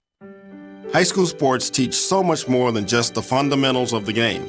They also teach the fundamentals of life, like the power of belief. I'm Robert Falkins. And I'm Carrie Rosati. We're both assistant commissioners of the IHSAA. In the second classroom of high school sports, student athletes understand hard work pays off, and they learn to be proud of their effort, no matter the outcome. Successful student athletes support their teammates and learn to always do the right thing. And most importantly, they learn to always believe in themselves. When high school sports keep education in front of athletics, these fundamental beliefs outweigh the idea of winning at all costs. That's why high school sports are a transformative and invaluable part of every student athlete's education. Buy a ticket to your high school's athletic events and show student athletes that you'll always believe in them too. This is the power of belief. This is the power of high school sports. This is your IHSAA. 93 WIBC Mobile News. On the level, on the go. Snow all the livelong day. It's mostly cloudy and 33 downtown. I'm Kurt Darling. Here's what's trending at 10:30. A winter storm warning will soon go into effect for most of central and northern Indiana. So winter storm warning will start later tonight, and then that'll continue through the day on Wednesday. And again, the main threat with that is going to end up being just the heavy snowfall amounts that we receive across much of central Indiana and the impacts to travel that will cause. Randy Bowers with the National Weather Service says some places in Indiana could get anywhere from 4 to 8 inches of snow, with lesser amounts to the far north and to the far south of the state by the end of Wednesday. The nominations for Best Actor in a Leading Role are out when it comes to the Oscars. They include Austin Butler from Elvis, Colin Farrell from The Banshees of Inisherin, and also Brendan Fraser for The Whale among them. Also for Best Picture nominations, Top Gun Maverick, Avatar, The Way of Water, and Everything Everywhere All at Once are among the nominations for Best Picture. The 95th Academy Awards will take place on March 12th at the Dolby Theater in Los Angeles. I'm Kurt Darling, on the level, on the go, and on WIBC.com. You're listening to the Kendall and Casey Show on 93 WIBC. You can see I'm not no fancy pants, but everyone has pride, and especially since this lovely lady's sitting by his side. 317-684-8444. That's the phone number. You look concerned. Well, my headphones weren't working there, and I was like, what is going on? Oh. Yeah, you look very confused. Well, there we go. Sorry. He's still playing Harry Chapin. I know. Yeah, it's did you Rob. hear the bump song? That was actually a request from someone in the chat. What? Yeah. Somebody requested that? Yeah. Of all the Harry Chapin songs, it wasn't like Mr. Tanner or Cats in the Cradle. No, they requested that one. And I honored the request. Kevin, if somebody wants requests, our sister station is available. B1057. They probably have some Harry Chapin in there. We are not a request line. You know who requests the songs? We, us. Yeah, I guess that is a pretty bad sign if Rob Kendall is disappointed. Well, we only had Harry 8. Chapin We song. only had 8 opportunities here today, or 9 opportunities today, Kevin. Yeah. And we just have punted one. Well, it was either that or Rupert Holmes. It was just a 3 and out on that one. So yeah, I think from now on, no matter what day it is, if it's Harry Chapin Day or Kinks Day or whoever, you still need to play the regular open for the voicemails. I can agree to that. That's fine. Yeah, I think that's fair. Let's stick with it. Also, this is the last day. We're not doing this theme thing anymore. Oh, I'm sorry. Is it the Kevin show? I was unaware. I'm done with this theme thing. I mean, Harry Chapin Day is cool, but after that, it's wow. He just told you, didn't he? He's got producer money. I'm gonna forget I heard that. Before we get to the voicemails, yeah. I had a conversation yesterday with a want-to-be politician. I guess you are. Are you a politician if you're just running? Or do you have to be an elected person to be a politician? Interesting question. I'm going to say you're a wannabe because you're not officially a politician yet. A person who would like to be a politician. And we say on this show all the time that if people give us something good to talk about in government, that we will gladly talk about it. And on the rare, confused, accidental acts of government accountability or taxpayer advocacy or whatever that break out at any form of government, we try to showcase those. They are just so rare. And this happened yesterday, and I wanted to give this person credit, and that is Eric Doden. Okay, so this is the Fort Wayne businessman who wants to be our governor. Yes, he ran the IEDC, who we just had a rather animated conversation about with Nikki Kelly yesterday, under Pence. And Eric Doden, yes, he lives up in Fort Wayne. He has raised like a gajillion. He's a guy nobody knows about, but he's got a gajillion business contacts apparently because he's raised like a gajillion dollars, which means he will be a player in the governor's Republican primary for governor. So he will have enough money. You will get tired of seeing his face. He has that much money. And his first rollout for his plans for governor was that stupid idea to like basically eliminate all taxes for teachers. Right. And if they had taught for 20 years or more in the state of they Indiana. They get all teachers were better than you. And I mean, just full disclosure, I ripped the guy's ass because it was stupid. Teacher is not better than you. Right. And we were not kind to him. And this dude, I give him credit, and full disclosure, Micah was the conduit on this. He reached out and said, I want to meet with Rob. He went in the lion's den, huh? He said, I want to meet with Rob. I want to talk to Rob. Okay. And he was fully aware of what we had said. He was fully aware of my opinion of that. And I'm not going to talk about exactly what we discussed in detail, but I will tell you that for basically an hour, he sat there and largely listened. And I told him the things, and nothing that we don't talk about on this show every day. But I'll tell you this, Casey, I gave the dude the blueprint to become the governor of the state of Indiana. When he walked to that meeting, if he would listen to what I told him, he has the ability to become the governor of the state of Indiana given the money he has. Now, whether he uses the advice or not, because there's a lot of people who have a vested interest in the things that we stand for here, not becoming the thing, because it doesn't benefit them, it benefits the people. Now, so whoever wins out in that conversation, I don't know. But I will give that guy credit because that's the way it should be.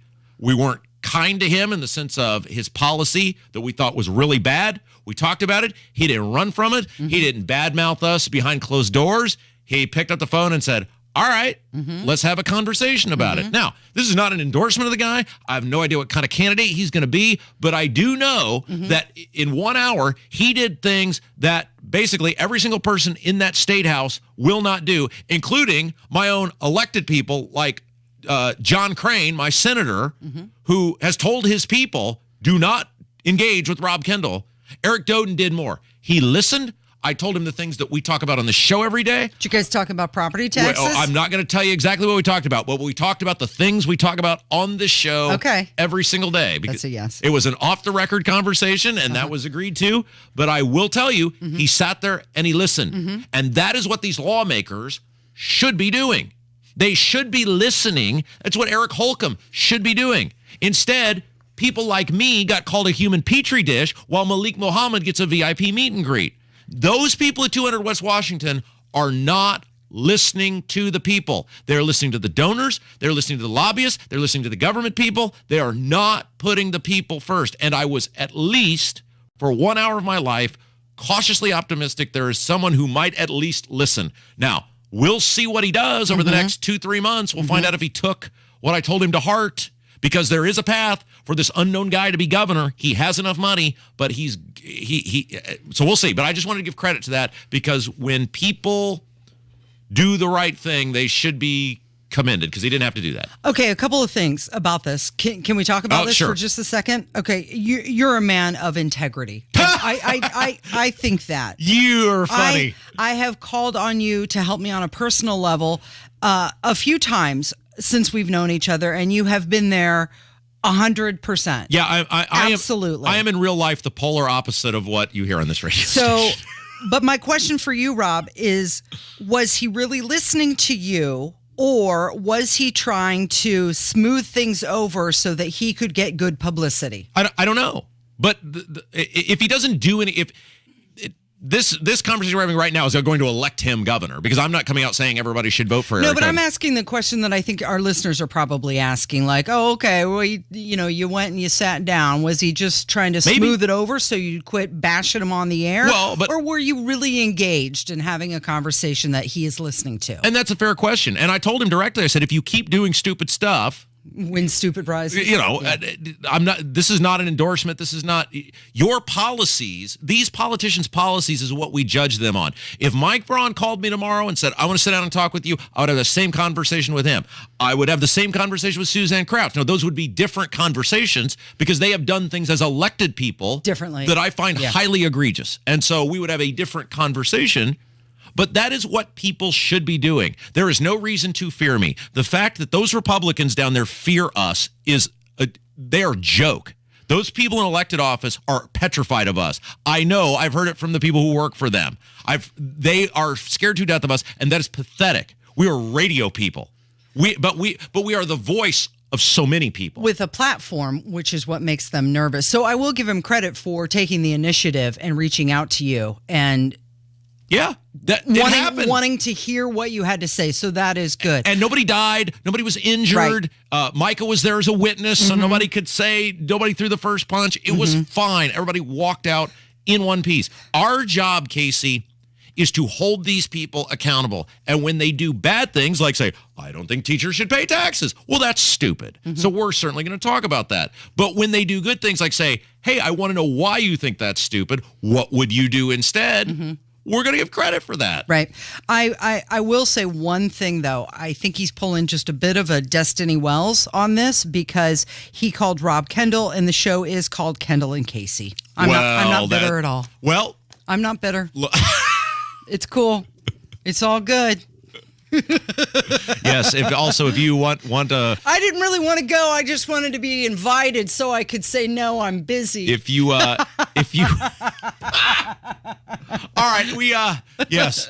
Casey is really the glue that holds this show together. Let's move on. Let's do some voicemails. Phone calls.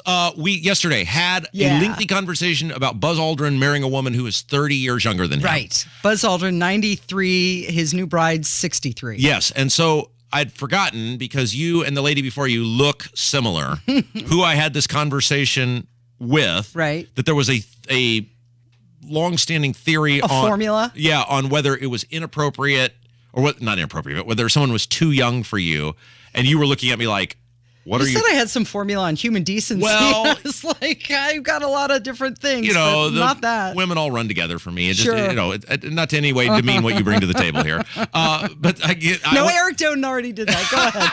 Go ahead. Okay, so somebody did confirm to me it was the previous co-host. Okay. Who had the theory and what it was, and that, yes, that is correct. Makes sense for both of us. Here we go. Okay, Rob, I was just listening to your discussion about age gap, and everyone knows the formula is half your age plus 7. So at 30 years old, you go half 15 plus 7 is 22. So if you're 30, the youngest you can go for is 22.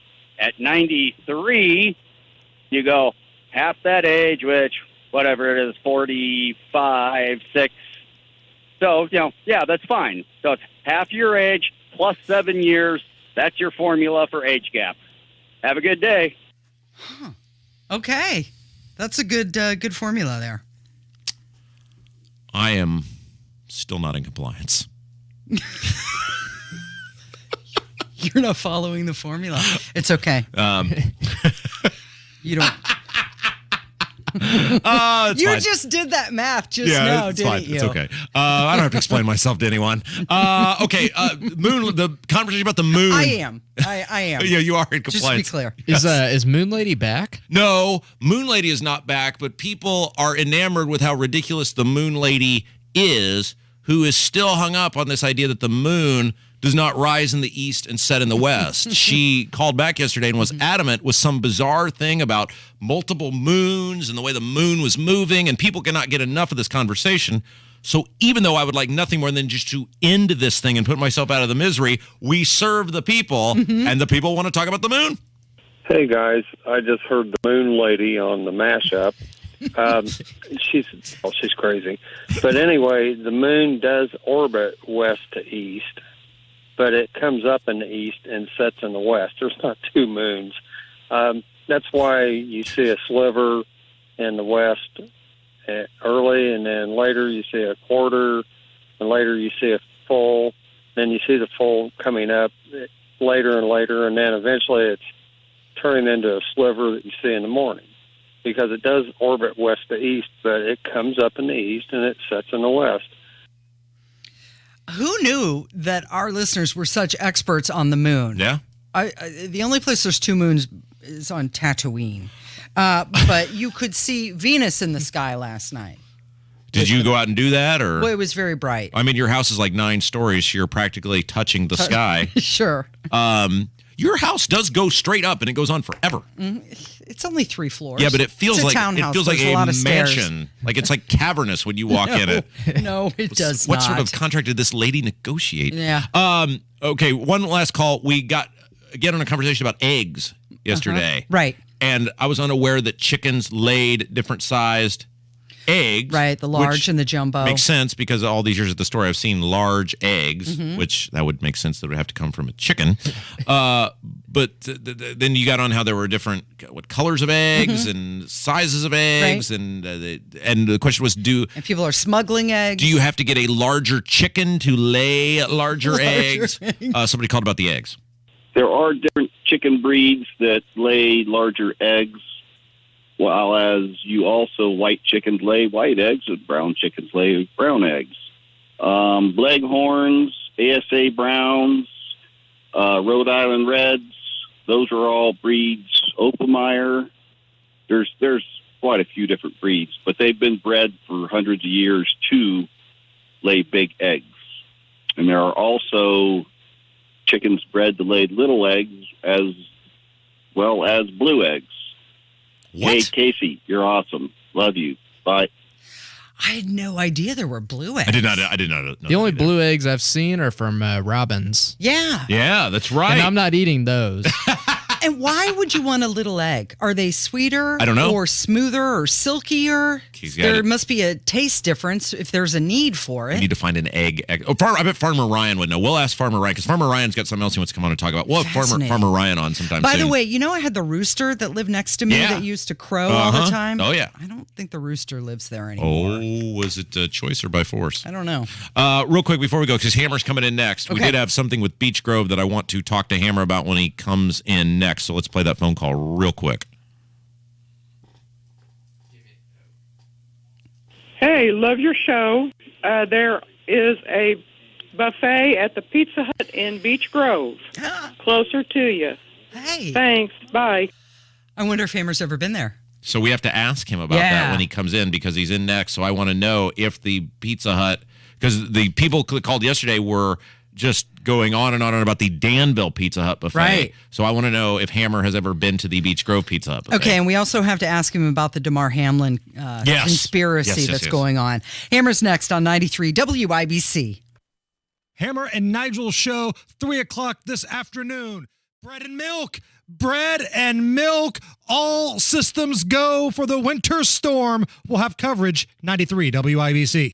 You don't have to go through yet another year with that knee pain or back pain. Hoosiers with chronic joint pain are getting real lasting relief from QC Kinetics. Tony Katz here, and QC Kinetics is the nation's leader in advanced regenerative medicine. Their unique protocols use healing agents from your own body to target aching joints, repairing and restoring damaged tissue so you can move again with no surgery, no drugs, and no downtime. You got shoulder pain, excruciating hip pain. If you have any arthritis pain or lingering pain from an injury, don't let them operate on you and say no to the pain pills. Call QC Kinetics in Eagle Creek and Greenwood. See if their life-changing all-natural treatments can get you living your best life in this new year. I'm telling you, people right here in Indy are raving about these treatments, and appointments are available as soon as next week. Make 2023 the year you say goodbye to joint pain. Call QC Kinetics now in Eagle Creek and Greenwood, and coming soon to Carmel. Call QC Kinetics 317-559-PAIN. 317-559-PAIN. That's 317-559-PAIN. 5.5%. Where can you get 5.5% on your money today? You're certainly not going to get it at the bank. And who knows what will happen next with the stock market. But for a limited time, you can get 5.5% guaranteed for 3 years. That's right. You can get 5.5% on your money guaranteed for 3 years. And it's backed by some of the largest, most trusted insurance companies in the world. To learn more, call Bill Demery, your retirement guy right here in Indy, at 317-972-9172. This is your chance to lock in a great interest rate before they start falling. Learn how you could get 5.5% on your money, guaranteed for 3 years. Call 317-972-9172. 317-972-9172. Home shows provide homeowners the deepest discounts of the year on remodeling projects. And right now, Window Nation is bringing the home show savings right into your house. 2 free windows with every 2 you buy, no limit. Plus, pay no interest for 60 months. Use their free virtual visualizer at windownation.com/homeshow. Upload a picture of your house and try out hundreds of options online. Get design tips from the experts and learn how Window Nation's trained installation specialists have helped over 150,000 homes with over 96% customer satisfaction rates. But remember, these once-a-year home show savings are for a very limited time. Call Window Nation today, 866-90-NATION, or go to windownation.com/homeshow. Get 2 windows free with every 2 that you buy. Pay no interest for 60 months. That's 5 full years. 866-90-NATION, or go to windownation.com/homeshow. Do you need furnace or heat pump service and need to find a local, well-trained expert you can trust like Reinhardt Heating and Cooling? Well, find that American Standard dealer at IndyHomeComfort.com. Something about her was familiar. Yeah, it's good stuff right there.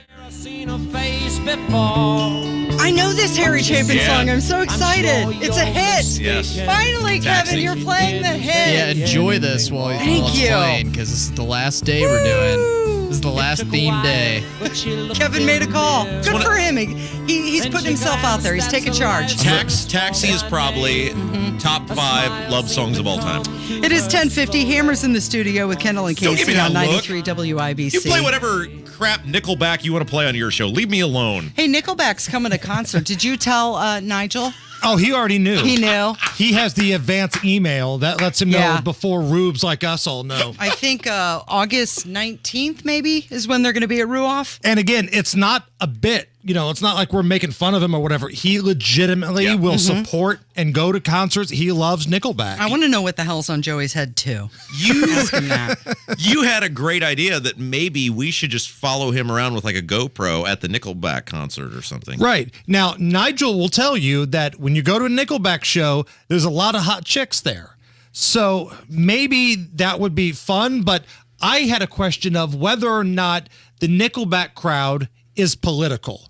Right, because Nickelback, I think they're Canadian, are they not?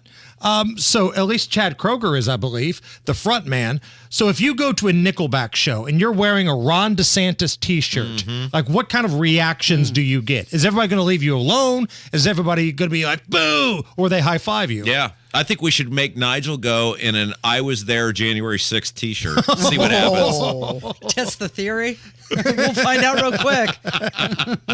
Jorts and an I Was There January 6th t-shirt. And a Trump 2024 hat.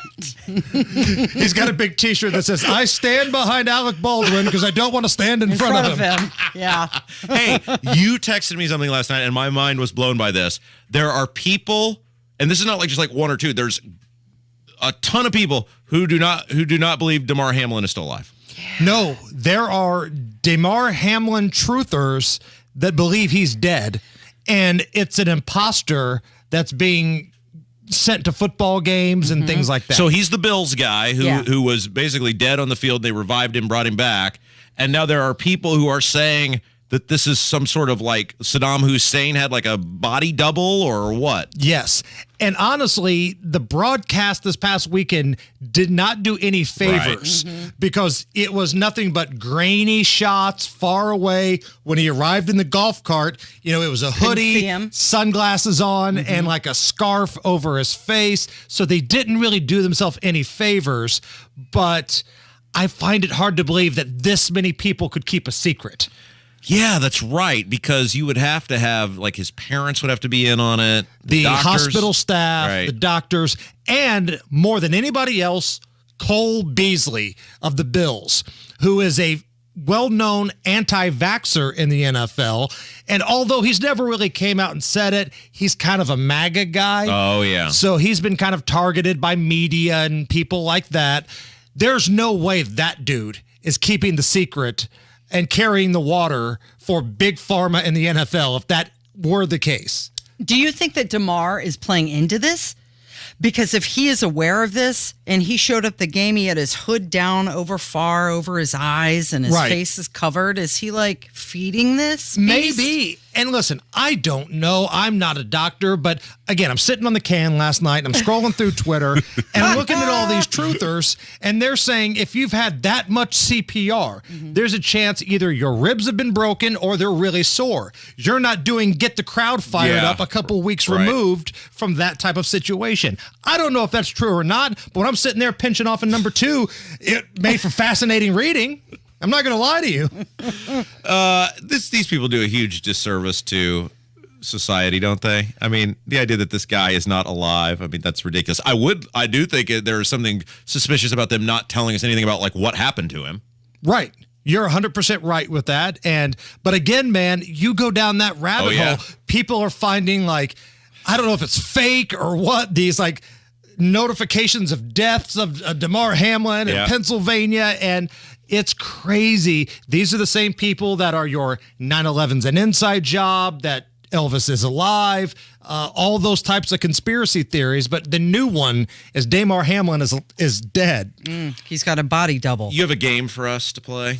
So we haven't done this in a while. It's a game we've done on our afternoon show from time to time. It's called Hit the Post. Oh, yeah. Now, Casey, as someone who most recently of the group in the studio jocked the hits as a music DJ, explain what hitting the post means. Okay, so every song has an intro, an instrumental part, and hitting the post is stop talking before the vocals come on. Right. So if you've listened to your favorite music station and you hear the DJ talking, they stop right before the lyrics kick in. That's called hitting the post. Yeah. So we're all going to do one here, and then Kevin's going to be the judge of who does it the best.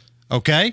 I feel terrible about this because you got to just do this from memory, right? You're not going to tell me because when you're hitting the post now in modern radio, there's a program that'll tell you. It'll tell you you've got 18 seconds left or whatever. Yeah. You're not giving us that. No, but I'm giving you, Rob, because I know you are probably the one that has done this the least of everybody in the studio.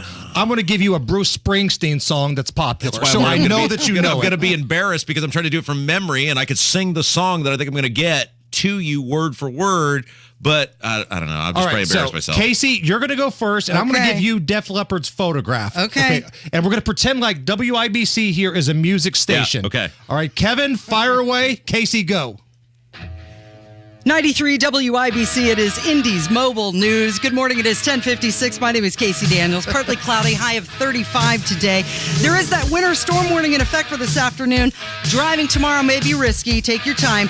Commercial-free Tuesday rolls on with Def Leppard. Yeah! Whoa! Like a boss! Wow! That was unbelievable. Dude. I'm nervous. I haven't done that in a while. That was money in the bank. Thank you.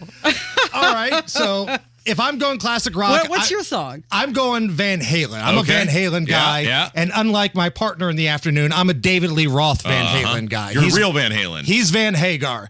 Now, this one's got a long post to it, if I remember right. I chose Panama. Okay. 93 WIBC, playing Indy's best music. Hammer hanging out with you. Hey, coming up a little bit later on, Marcus Bailey, meteorologist for Wish TV 8, will join us. We got a big winter storm warning in effect. Get the bread ready, get the milk ready, get the bourbon ready.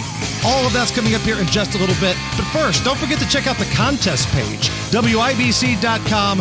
Your chance to win 2 tickets to the Ruoff Music Center, any concert you choose. How about that? It's one click away. WIBC. You are rolling through 9 songs in a row. Turn the radio up. Let's warm it up. It's a little Van Halen. Here's Panama. Yeah! Wow, that was a long intro. You had a lot going on there. You had a lot going on there. That's incredible. That's awesome.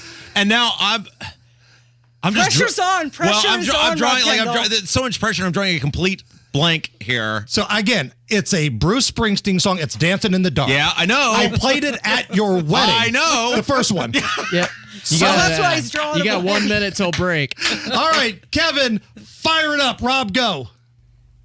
93 WIBC. It is the Kendall and Casey show. Here's the boss. No, that was wrong.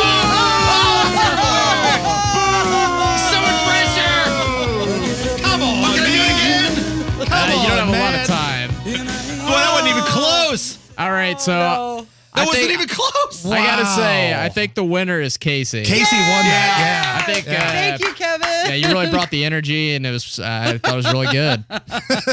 Maybe. Well, I'm not going to say it. Never mind. He had a lot to say. What do you got coming up this afternoon, Hammer? We are hour by hour getting you closer to Snowmageddon. Marcus Bailey, meteorologist for Wish TV, will join us. Get the bread, the bourbon, the milk. Let's go. It's Kendall and Casey on 93 WIBC. Good morning. When the weather turns severe, turn to the WIBC Storm Desk, presented by Technology Recyclers. Securely destroy electronic data. Visit tech-recyclers.com. Tune in Saturdays 9 to 1 for the Home and Garden Show for plenty of advice and fun. Brought to you by Michaelis. Water, storms, fire, and foundation, life happens. Michaelis happens to help you through it. A B-Window $2,000 energy-saving credit plus federal tax credit and sale prices on windows, siding, and doors. No payments and no interest for 22 months. Coming up in 2 minutes, a winter storm is getting closer, what you can expect and how much snow, according to meteorologists. Plus, Donnie Burgess reports on some frustrations from Indianapolis's police chief and how they need your help. That and more coming up from the Peterman Brothers Heating, Plumbing, and Electrical Studios on 93 WIBC, WIBC HD1 Indianapolis. It's 11 o'clock. A call for swift action at the Senate. I'm Dave Anthony, Fox News, wanting changes in the ticket industry. Democrat Dick Durbin says it's too dominated by Ticketmaster and its parent Live Nation. And the result is a competition-killing strategy that has left artists and fans paying the price. Live Nation's president and chief financial officer just testified they will do better, apologizing to Taylor Swift and her fans. After major issues involving ticket sales for an upcoming Taylor Swift tour led to the crash of its website, senators will hear about failures that included long delays in service and fans being locked out of both pre- and public ticket sales. Fox's Ryan Schmelz. The Oscar nominations went out this morning. Mrs. Wang, are you with us? I am paying attention. Everything, Everywhere, All at Once got the most, 11, including Best Picture. And for the first time, 2 sequels nominated. Those are ones that helped get crowds back in theaters that were shut down in early COVID times. Good morning, aviators. This is your captain speaking. Tom Cruise did not get a Best Actor nomination, but Top Gun Maverick could win. So could Avatar: The Way of Water. It's topped the box office 6 straight weeks. Other Best Picture nominees: The Banshees of Inisherin, Elvis, Tar, The Fabelmans, All Quiet on the Western Front, Women Talking, and Triangle of Sadness. We'll find out all the Oscar winners March 12th. There are renewed calls for stricter gun laws from California's Democratic governor to President Biden after a series of mass shootings. Yesterday's was in San Mateo County. 4 people were killed at a mushroom farm and nursery. Then the bodies of 3 other victims were found at another farm business several miles away. It's believed all 7 of the dead were Chinese and Latino farm workers. An 8th victim is in the hospital in critical condition. Fox's Claudia Cowan, the suspect, has been arrested. In El Paso, Texas, a man accused of going on a racist shooting spree at a Walmart in 2019, killing 23 people, plans to plead guilty to federal charges next month. America's listening to Fox News. 93 WIBC Mobile News. On the level, on the go. When it gets here, it's going to be a lot. It's cloudy and 34 downtown. I'm Kurt Darling. Here's what's trending at 11:02. You've been hearing about snow coming to Indiana in heavier amounts soon. There'll be enough snow for most of the state to impact travel. It's just going to be that in certain areas we'll end up having more snow. It looks like across portions of central Indiana and the I-70 corridor northward is where some of the heavier snowfall amounts will be. Randy Bowers with the National Weather Service expects that snow to start arriving late tonight and move through the state all throughout the day on Wednesday. Some places could get up to 8 inches. Solving a murder case and putting the right person behind bars is the goal. Donnie Burgess reports on what Indy's police chief needs from you. Detectives need witnesses and community tips, says Chief Randall Taylor with IMPD. They do a great job in their investigation of these crimes, but it's not one-sided. We do need the community's help. Chief Taylor says some cases from last year were solved with that missing piece of info from an eyewitness. Nearly 150 murders from 2022 are unsolved. Donnie Burgess, 93 WIBC Mobile News. Still a backup on I-65 southbound near Southport Road. A bad crash this morning involving someone walking on the interstate and 3 vehicles. Traffic also being impacted on 465. A city prosecutor in Carmel accused of paying a woman for sex may have the charges against him dropped. Adil Shah was caught by police in an Indianapolis hotel room in July, but some are wondering if Shah is getting special treatment from Marion County prosecutors for having to take an online diversion program. It appears likely that anyone, you or I, anyone convicted or who was pleading guilty of this offense would be diverted to this sort of program. IU law professor Jody Madeira on Wish TV. Court documents say that if Shah completes the program, the charges will not be on his permanent record. The Indiana Pacers have lost 7 straight, and they hope to get a W tonight as they take on the Chicago Bulls at 7 o'clock inside of Gainbridge Fieldhouse. I'm Kurt Darling on the level, on the go, and on WIBC.com. You have 3 ex-wives and your current trophy wife wants a life insurance policy 3 times the size of the policies you had to purchase for your previous mistakes? If so, you need to call Big Lou at Term Provider, 800-200-1966. Big Lou is intimately familiar with your problems, and if you're 50 or 60 years old and in reasonably good health, a $1 million policy should only cost about $100 to $200 per month. Big Lou may have a solution for your previous policies as well. You may even save enough money to lighten the load on your new $1 million policy. Remember, call Big Lou. He's like you, except he's only on number 2. Call Term Provider at 800-200-1966. That's 800-200-1966 for $1 million in term life insurance that you can live with. Call Big Lou at 800-200-1966. 800-200-1966. You're listening to Rob Kendall. The Republican Party in Indiana sees zero problem in record spending, in record taxation. And Casey Daniels. You went out there and said, please vote for me. You debated other people on why you're the better person for the position. Suck it up. This is the Kendall and Casey Show on 93 WIBC. It is Tuesday, January 24th. It is 5 minutes after 11. You're listening to Kendall and Casey on 93 WIBC. And Republicans on the House Oversight Committee, they're turning attention to the Secret Service. This time, they're asking for more information on the visitors that have come and gone to Biden's Wilmington home, where, of course, classified documents were recently found. And James Comer, he sent a letter to the director of the Secret Service. Her name is Kimberly Cheadle, and he requested that the visitor information be released. And because the Secret Service did come out and say, actually, we do keep track of who's coming and going, although the White House doesn't have that record. So Comer is asking for who was there at Biden's house. He said that Biden made approximately 52 trips totaling 164 days to his Wilmington home since he took office as president. So clearly, we know the president travels with a lot of people. It's one of the reasons why he said he couldn't just pop down to the border because of logistics. So there have been a lot of people in and out of his Wilmington home, and Republicans, especially on the House Oversight Committee, they want to know who. Okay, so this is what people need to realize because there's so much information right now in regards to these documents. The most recent set of documents involves Biden's time in the Senate. So the question is different on these documents than the others because it is unclear how he got to remove classified information as a senator. Your access to classified information and the way you handle classified information as a vice president is much different than when you're a senator. And this is a question that no one can answer. And to me right now is the most important question. How did Joe Biden, as a U.S. senator, how was he able to remove those documents to his residence? I mean, we heard, who was it yesterday? Chris Coons, I think, that we got asked about that. He's a senator from Delaware now, who said, look, I have to look at it in this room and it's under observation of these people. And we go in here and you got to make sure you don't take anything in or out with you. So how did Joe Biden get to do that? That's beyond being sloppy or careless, which is the vice presidential stuff.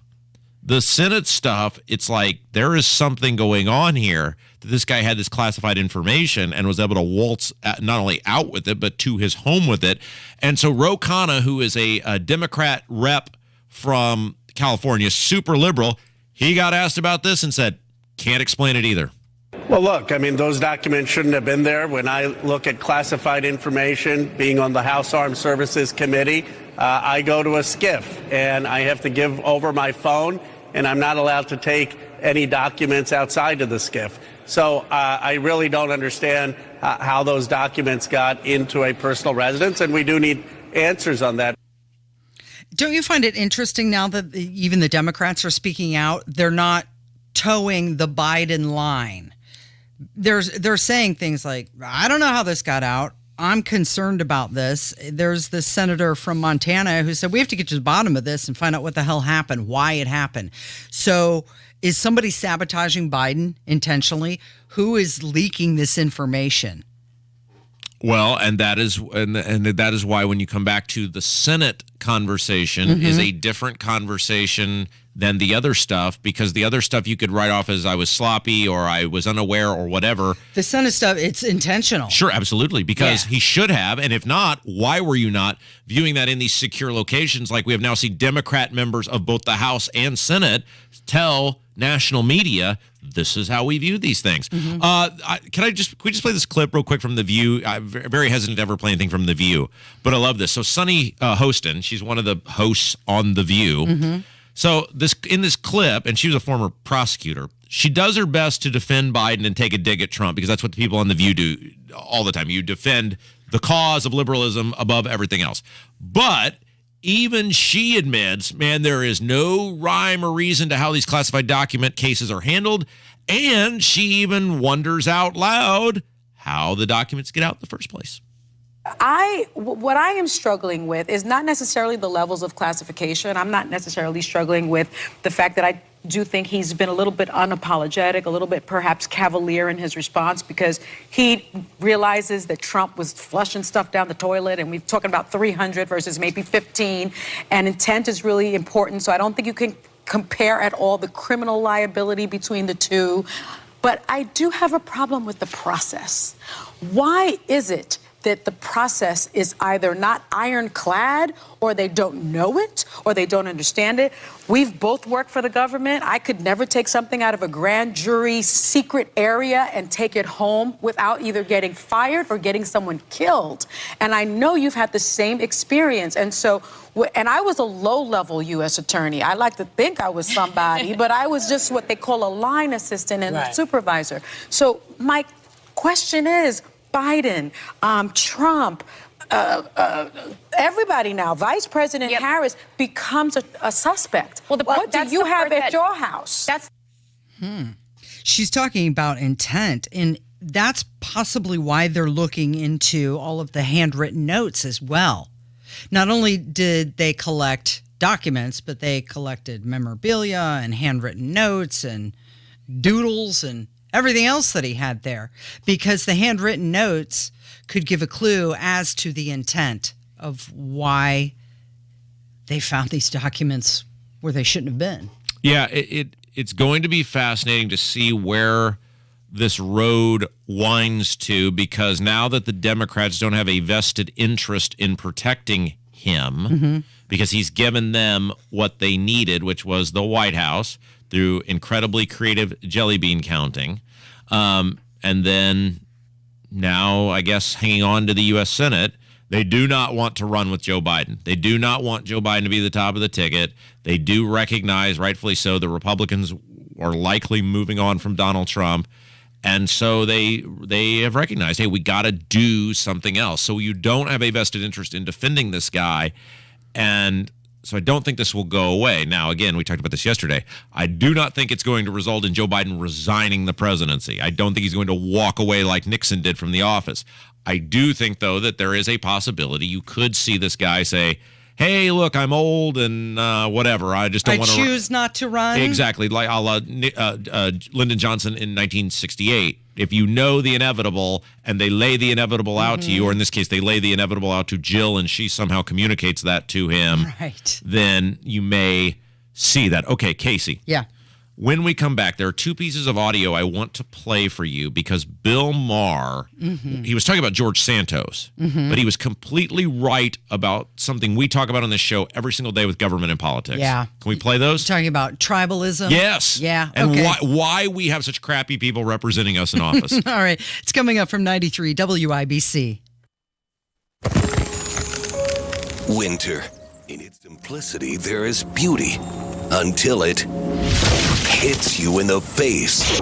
Whatever winter throws at us. A bomb cyclone? Heavy snow and freezing rain.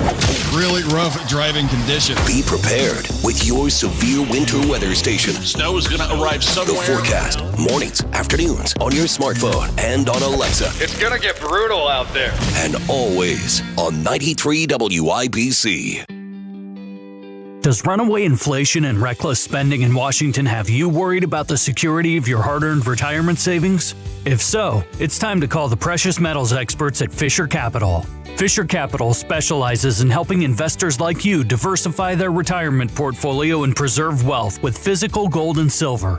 Whether you're looking to acquire coins or bars, open a gold IRA, or just want to learn more about the advantages of owning precious metals, Fisher Capital will equip you with the knowledge to make an informed decision that's right for you and your family.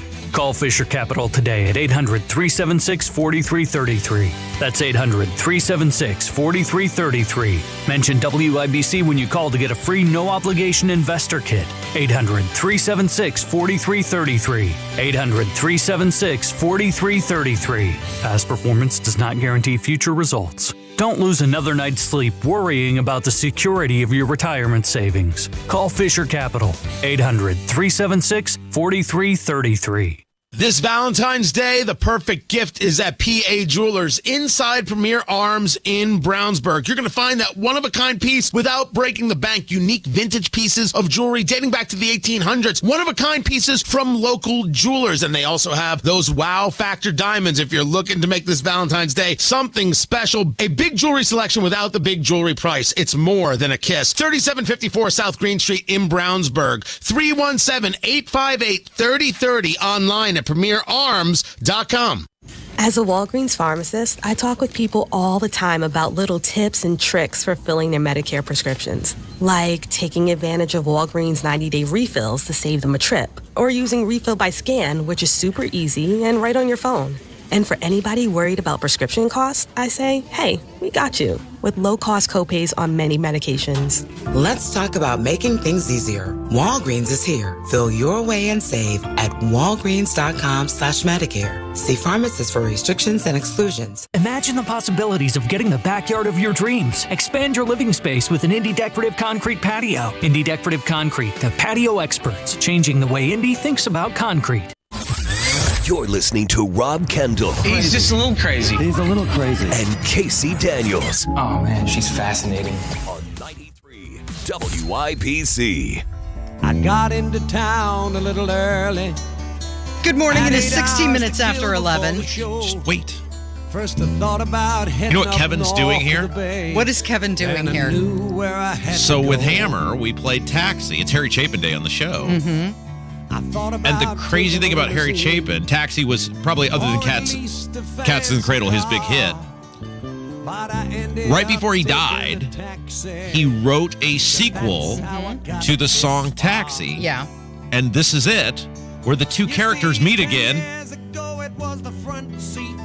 Driving stoned and feeling no pain. Now here I am straight and sitting in the back, hitting 16 Parkside Lane. So the roles reverse. Like in the beginning, he's the poor taxi driver and she's the rich passenger. Yeah.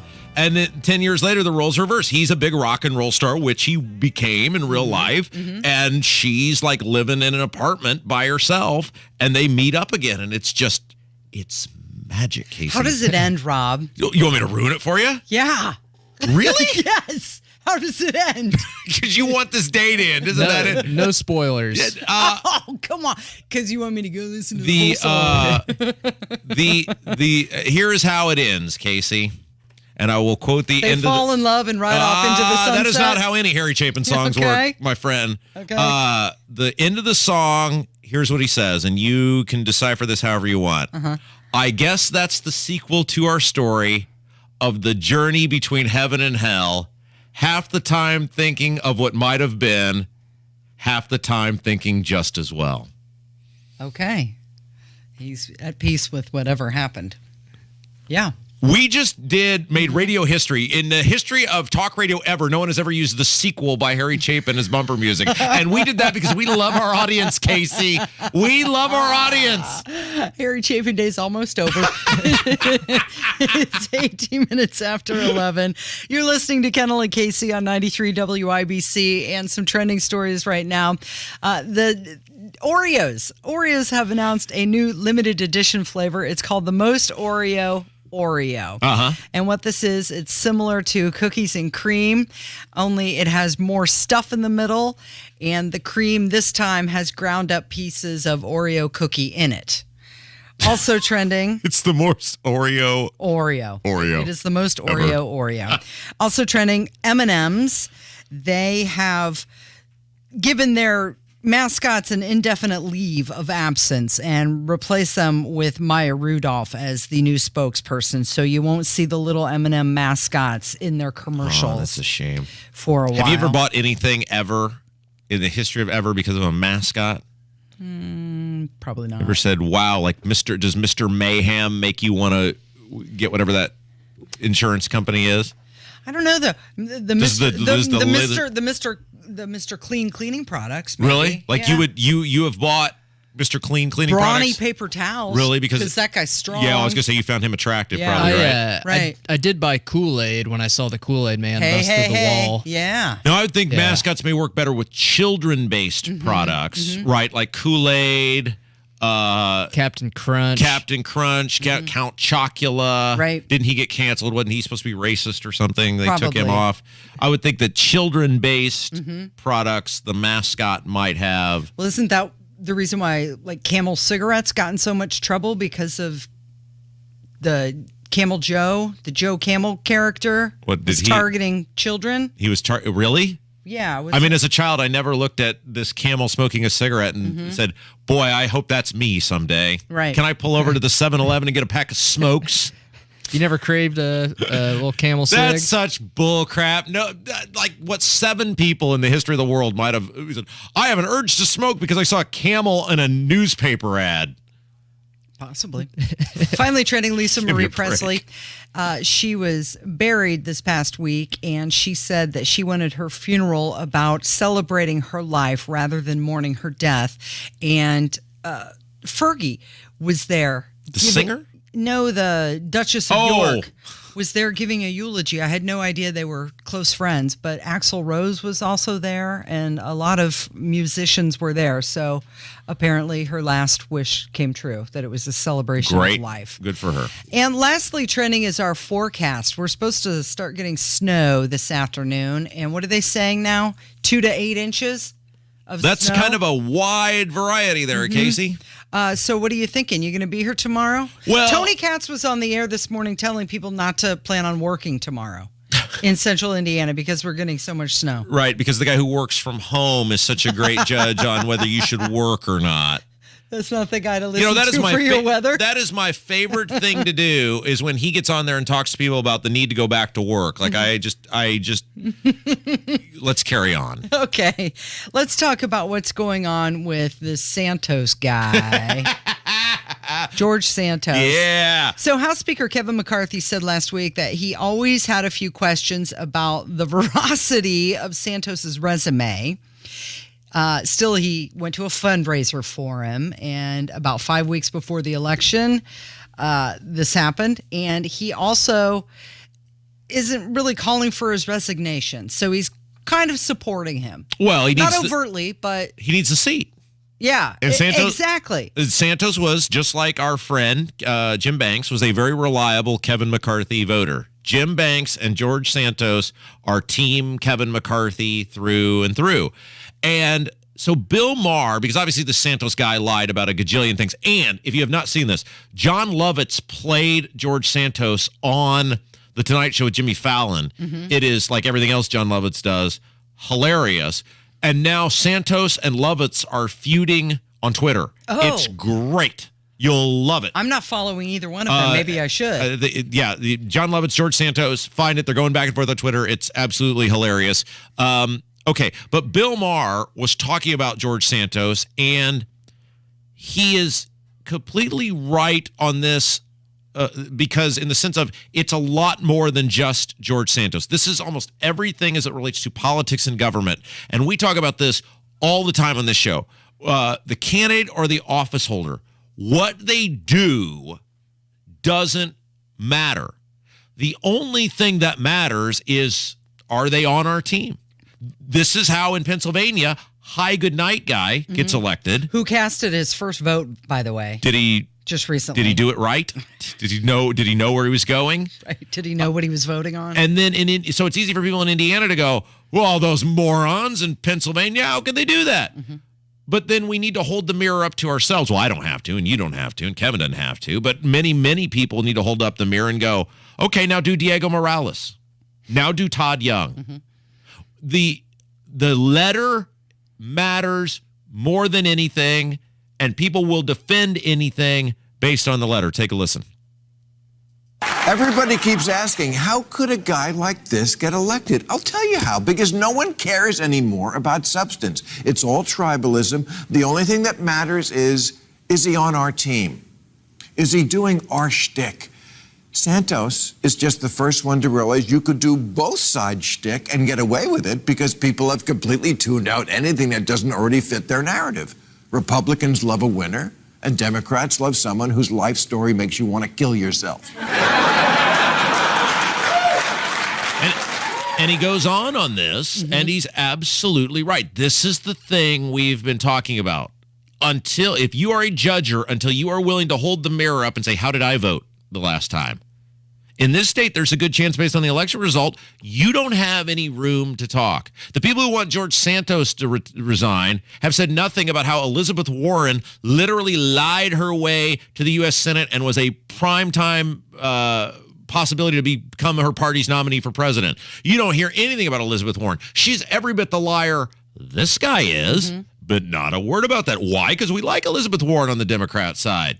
So the lies are okay as long as you're on the right side. How do you legally vote in a county different from where you take a homestead credit? If you ask the Republican Party this about Diego Morales, you get but he's well, we can't have a Democrat in there. What did you want, Destiny Wells? If you look at Republicans, okay, let's take the personal stuff out. Let's just talk about voting record.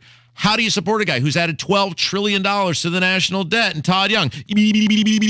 Well, at least it's not Tom McDermott. We couldn't have that. Right, because if we don't vote for him, it's going to be a Democrat in there. We do not hold people accountable. And now, and I mentioned this because now I'm seeing it on Twitter because people get mad because I have had the audacity to point out how Jim Banks voted for Kevin McCarthy 15 times. Look, I'm not getting off that because Jim Banks, there's a good chance, is going to be a U.S. Senator, depending on who runs against him. He's going to own that because Kevin McCarthy will screw this party. He will screw conservatives. He will screw this country time and time and time again. That's what those people do. John Boehner, Paul Ryan, Kevin McCarthy, same guy.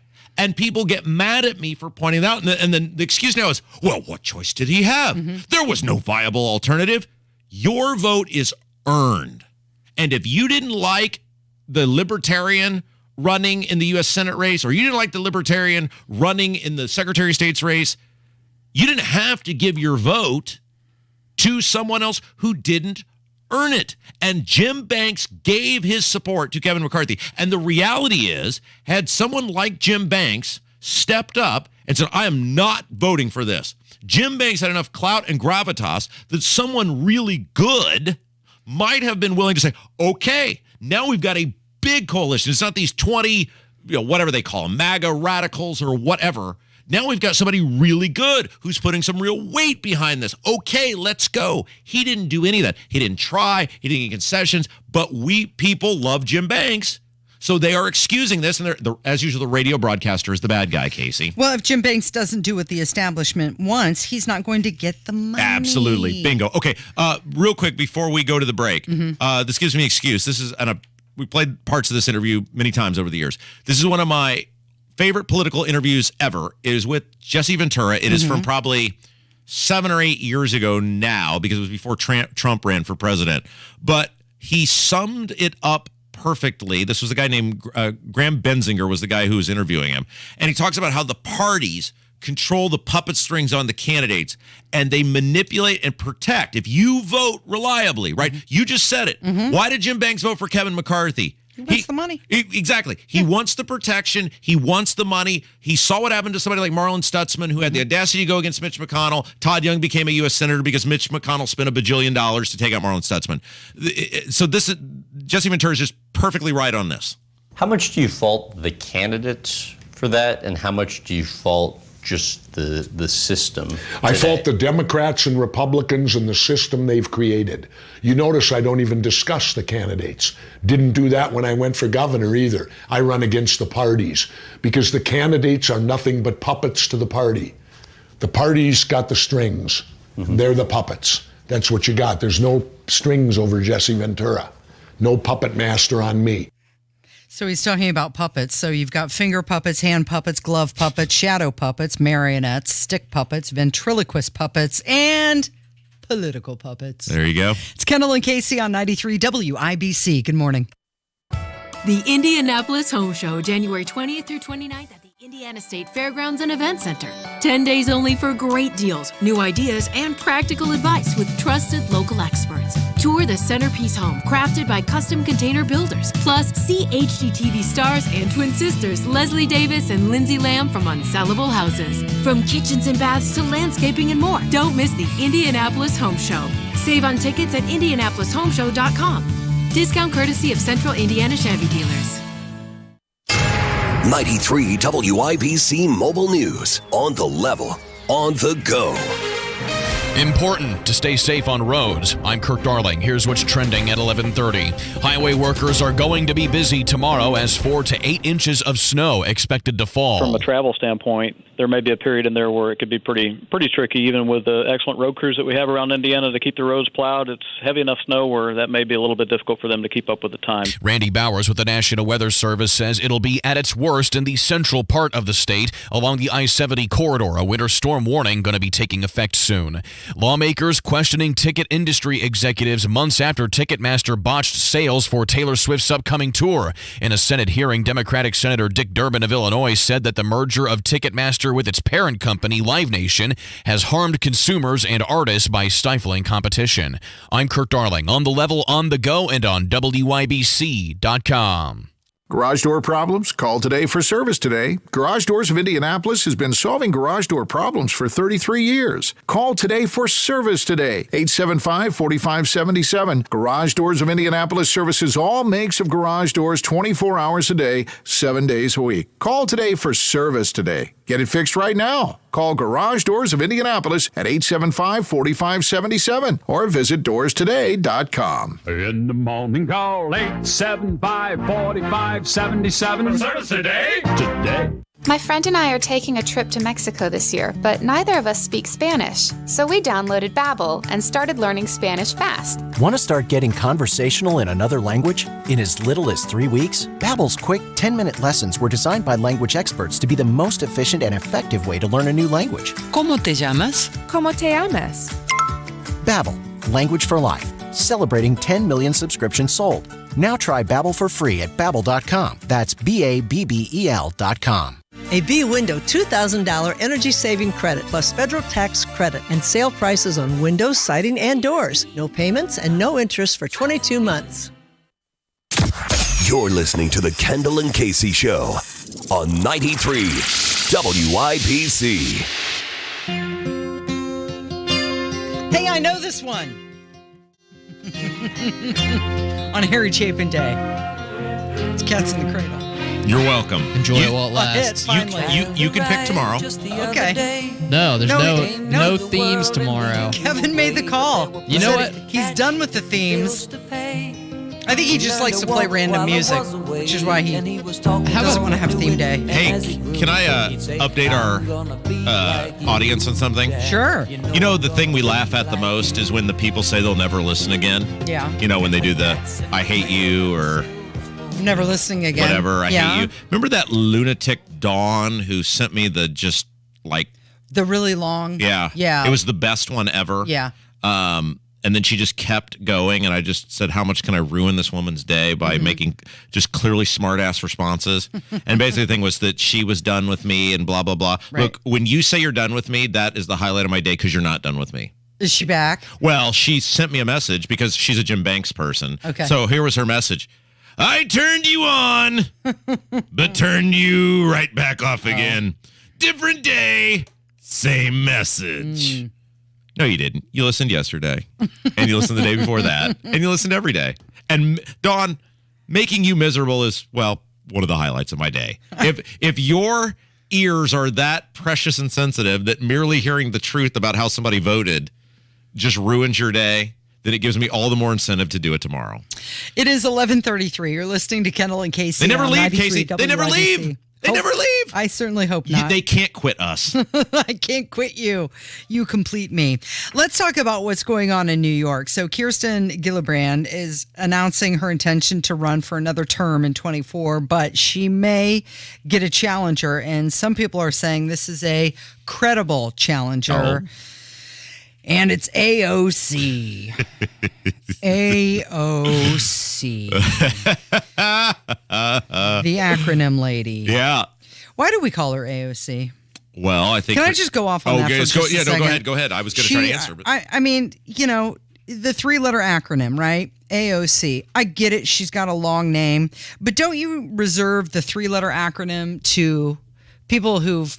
Serial killers? Actually... BTK? I don't know. Maybe just a little bit more deserving. And I know the people that I'm about to mention are all from the Democrat side, but there's FDR, there's RGB, there's MLK, there's JFK. BTK. And now we're putting AOC in the group with these people? Why are we doing that? It's like we're branding her for her. Well, premature. But Casey, that's what Democrats do. Oh, they I hadn't thought of it like that. That's what they do. They make Democrats, because Democrats have full belief in the government. Like in many cases, and look, we talked about this before, a void of religion that is taking place in this country, a void of belief in God and in Jesus and all the amazing things that have happened in this world that are of no thanks to us. It is thanks to a much higher power. They are void in many cases. Now, I'm not saying all Democrats by any stretch, but they are void in many cases, certainly those on the left, of that. And so the government becomes their religion, Casey. When you don't believe, and this is the trap of not believing in something greater and bigger than yourself, despite all the evidence to the contrary that it exists. When you don't believe in something bigger or higher than yourself, you have to find something to make bigger or higher than yourself. And in the case of the leftists, because the government is the almighty answer, the people who are prominent or, in the case of the other people you would name successful in government, you lionize those people because that is your religion and they are at the top of that religion. Don't you think it's a little premature, though, to give her the three-letter acronym? But that's what they do again, Case. Look at who they propped up. Beto. Remember when Beto? Stacey Abrams. That's what they do. They move from person to person because that's what they're doing, Casey, is they're filling a void. Okay, well, that socialist is now, I guess, on top because Alexandria Ocasio-Cortez, she's already made more money than Senator Kirsten Gillibrand. She's got $5.4 million, and the senator has $4.3. They've got, 60-ish days to raise some more money, and people are saying that Gillibrand has a really low profile, a weak approval rating, and she is just ripe for the picking. Here's what you see in races like that, though, and this is what will be interesting. Yes, AOC will raise a lot of money. There's no doubt about that. If she ran for U.S. Senate, she would raise a lot of money. But Beto raised a lot of money. Stacey Abrams raised a lot of money. Yes, she did. When you are dealing with something like a statewide office race, you are running against, and especially in a place like New York, you are running against a machine. And the machine, Schumer, etc., would have a vested interest in taking AOC out because they recognize they're likely next. If AOC is successful, then some other lunatic, maniac leftist is going to run next. So you're running against an entire apparatus and operation, and the apparatus and the operation does not want that person in, and they will pull out all the stops in order to make sure that person doesn't win. And I think AOC would actually have a much harder time than people anticipate winning that primary. Okay. Let's talk about Ben Savage. He is Fred Savage's younger brother? Yes. Yes, younger brother. Best known for starring in the ABC sitcom Boy Meets World, but now he's making a run for Congress. So he did the thing that people do in politics. You lose one office, well, let's run for a bigger one. Right. So what was the office that he lost? It's like a city council thing or something. Wasn't it out there in California? Didn't he run for city council, Beverly Hills? West Hollywood Yes. City Council. Yes. And he lost, right? Mm-hmm. And so his response to that was, well, clearly the people didn't vote for me because they want me to be on a bigger scale. So here I go. So the rumor is Adam Schiff may be running for Senate because Dianne Feinstein is likely to not seek re-election, and there have been a couple of Congress people in California who have already declared they're running, or it's anticipated they're going to run, and he is one of those people. And so Ben Savage, I believe, has filed for the seat currently held by Adam Schiff. So he's 42 years old. He went to not Syracuse. What's the school I'm thinking of? I have no idea. In California. Berkeley? Stanford. Yes, thank you. Good job, Kevin. So he went to Stanford. So he studied. You don't get to pick the music tomorrow, but good job. He studied politics, lost his first election, which was smaller. So now he's going to go for the big American one. way. Yeah. Okay. Hey, we've got Micah who's going to join us next, right? Yes. All right. It's Kendall and Casey on 93 WIBC. The silver spoon, little boy blue and the man on the moon. When you're coming home, son, I don't know when, but we'll get together then, Dad. We're gonna have a good time there.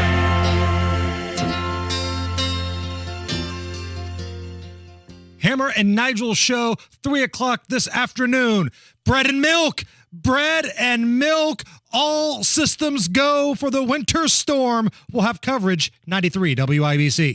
You don't have to go through yet another year with that knee pain or back pain. Hoosiers with chronic joint pain are getting real lasting relief from QC Kinetics. Tony Katz here, and QC Kinetics is the nation's leader in advanced regenerative medicine. Their unique protocols use healing agents from your own body to target aching joints, repairing and restoring damaged tissue so you can move again with no surgery, no drugs, and no downtime. You got shoulder pain, excruciating hip pain. If you have any arthritis pain or lingering pain from an injury, don't let them operate on you and say no to the pain pills. Call QC Kinetics in Eagle Creek and Greenwood. See if their life-changing all-natural treatments can get you living your best life in this new year. I'm telling you, people right here in Indy are raving about these treatments, and appointments are available as soon as next week. Make 2023 the year you say goodbye to joint pain. Call QC Kinetics now in Eagle Creek and Greenwood, and coming soon to Carmel. Call QC Kinetics, 317-559-PAIN. 317-559-PAIN.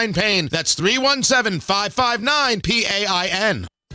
Why is there church? Pastor John Gable of Tabernacle Presbyterian Church in Indianapolis. The word church conjures up many images, but at TAB we believe the church is called to demonstrate the values and practices of the kingdom of God. At TAB we envision a place where people grow strong in faith as they are equipped to serve others, where deep and loving relationships are created, where people work together to strengthen the community, advocate for justice, and promote God's peace and shalom. Oh, we're not there yet, but that is what we desire because we believe that's what God desires for the church, our community, and the world. Come see for yourself or find out more at tabpres.org. Tabernacle Presbyterian Church, 34th Street and Central Avenue in Indianapolis, invites you to worship Sunday morning at 8 or 10 a.m. If you can't make it in person, tune in to Sunday with Tab, Sunday mornings at 6:30 on WIBC, or find us online at tabpres.org. Think you've experienced high energy?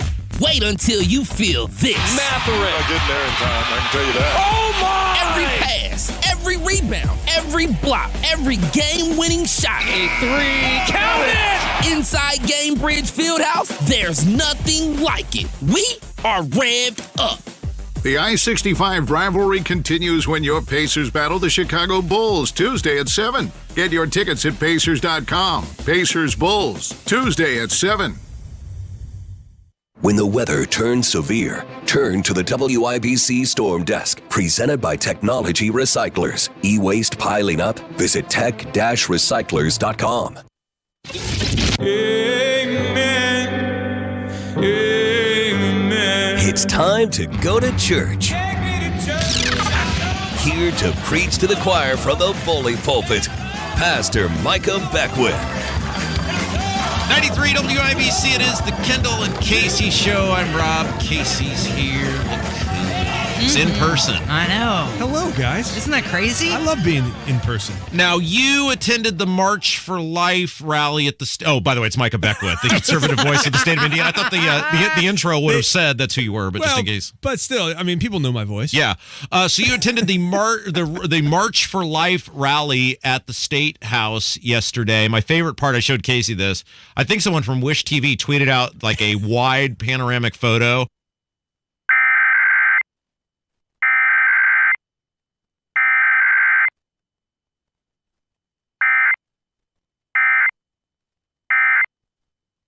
That guy. So what? There were a big crowd, a lot of people there? Oh, there was. Yeah, I would say it was cold, but people came out, man. I tell you, it was awesome. We probably had close to, gosh, I would say 800. Wow. Maybe I should have gone. You should have. Why was I not informed that there would be that many people there? I told you. I texted you last night and said, come to the rally. You know the rule during football season, though, Micah. The causes, it's very hard to get me to do causes. I thought that was golf season. Well, that's true, too.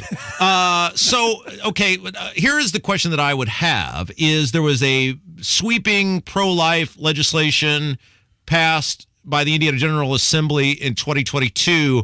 Was this just a general awareness that abortion is bad? Like, what was the goal of the rally? Well, most people think that with the overturning of Roe by the Dobbs decision last summer that we're done with the battle. Actually, the battle's just begun, because all that the Roe decision did, the Dobbs decision, was it sent it back to the states. There are some states that have made abortion more legal than it was under federal law, and there are some states that have outlawed it or trying to outlaw it. Here in Indiana, last summer we passed Senate Bill 1, which was a pretty strong enforcement mechanism to keep abortion at bay. It didn't totally outlaw it, but it was for the most part, an abortion ban.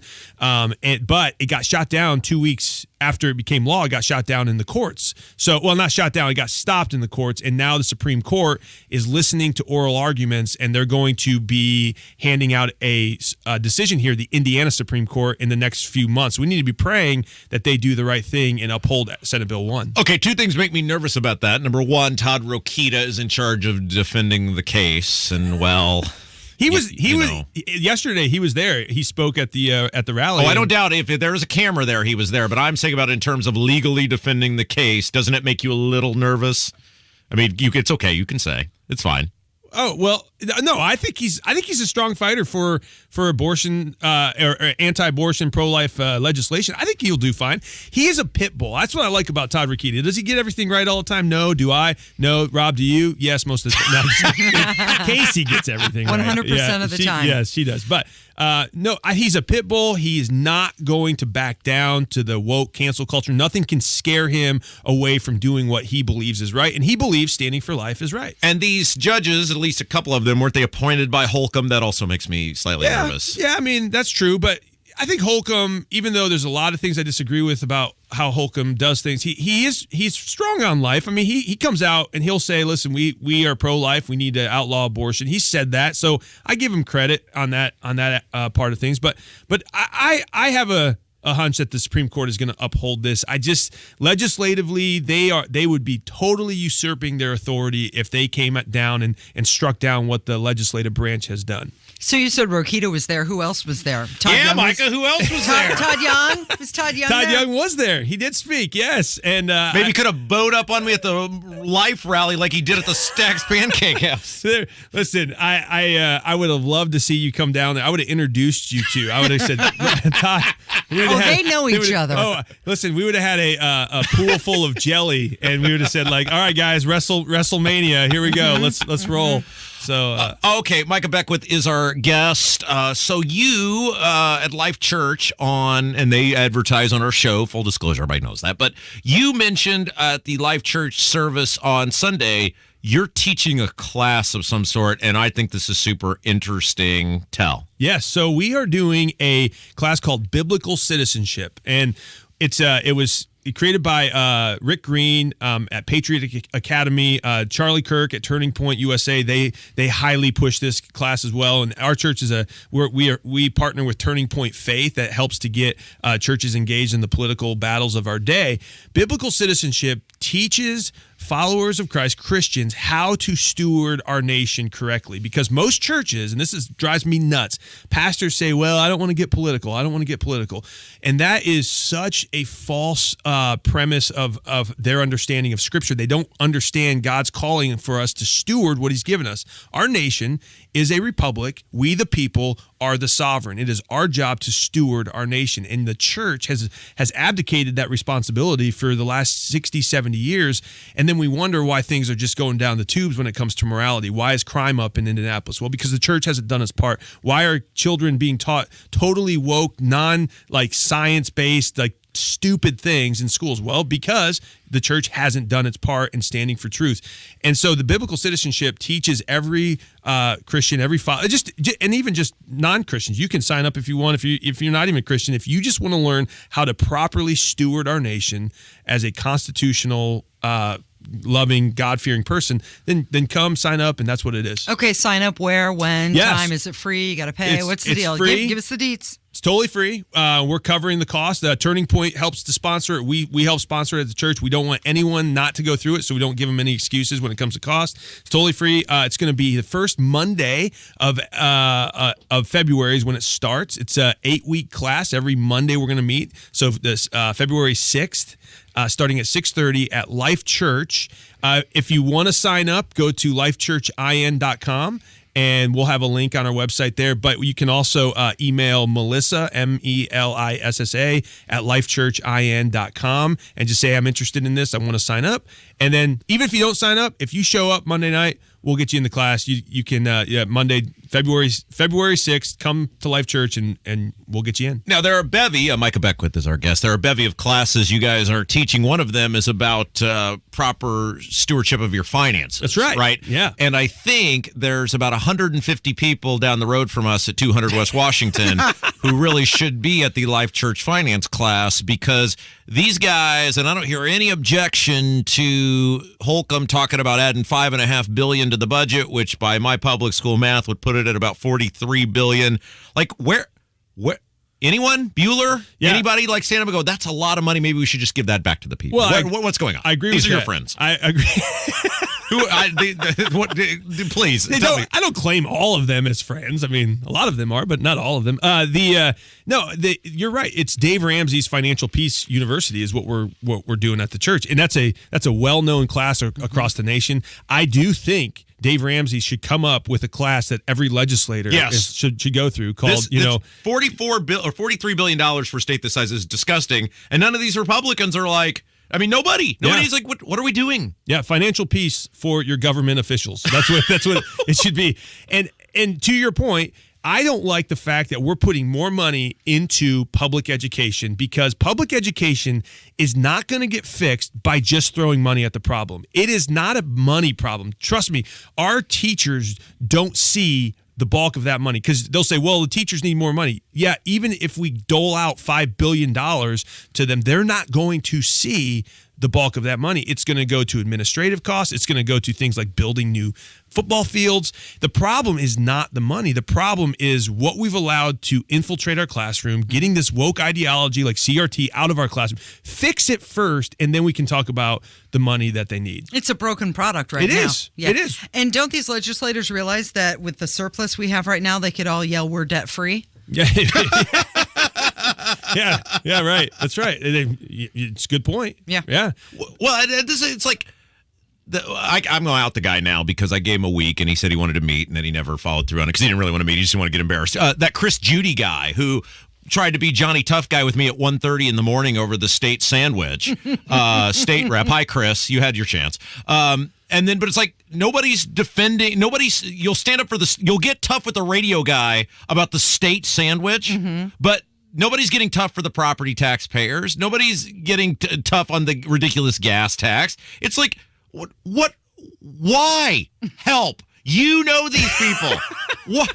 The 1:30 in the morning, Casey and Micah. Well, he's getting tough with me about the state sandwich, but when it comes to standing up for the folks, there's nothing. And I told you why that happened, Rob, because they had just gotten done with the session. Yeah. They were all palling around, congregating down in the lobby, talking. Somebody said, Rob Kendall, WIBC, and then he got some gumption and decided to blow you up later that night. And then he totally backpedaled out of it when I told him I was going to make him famous. And then he said he wanted to get together. And I said, I responded to him about what I thought about those people, and I heard nothing. So what? Why is it so hard? Like it's a freebie. You love golf? Tap it in the hole, Happy. Little tap-a-roo. Go to your home. All the Republicans got to do is do something with property taxes. Are you too good for your home? Why? I can't. Yeah. No, I think the property tax issue is a political grand slam. I don't see why they wouldn't be just hammering the talking points on this. We're fixing the problem. Here's our plan. We're going to come to your rescue, Hoosiers. This is unbelievable what's going on. It's the Biden economy tanking everything, but we got your back. I mean, that is a political grand slam if they just do it that way. I don't know, to answer your question, why they're not doing it.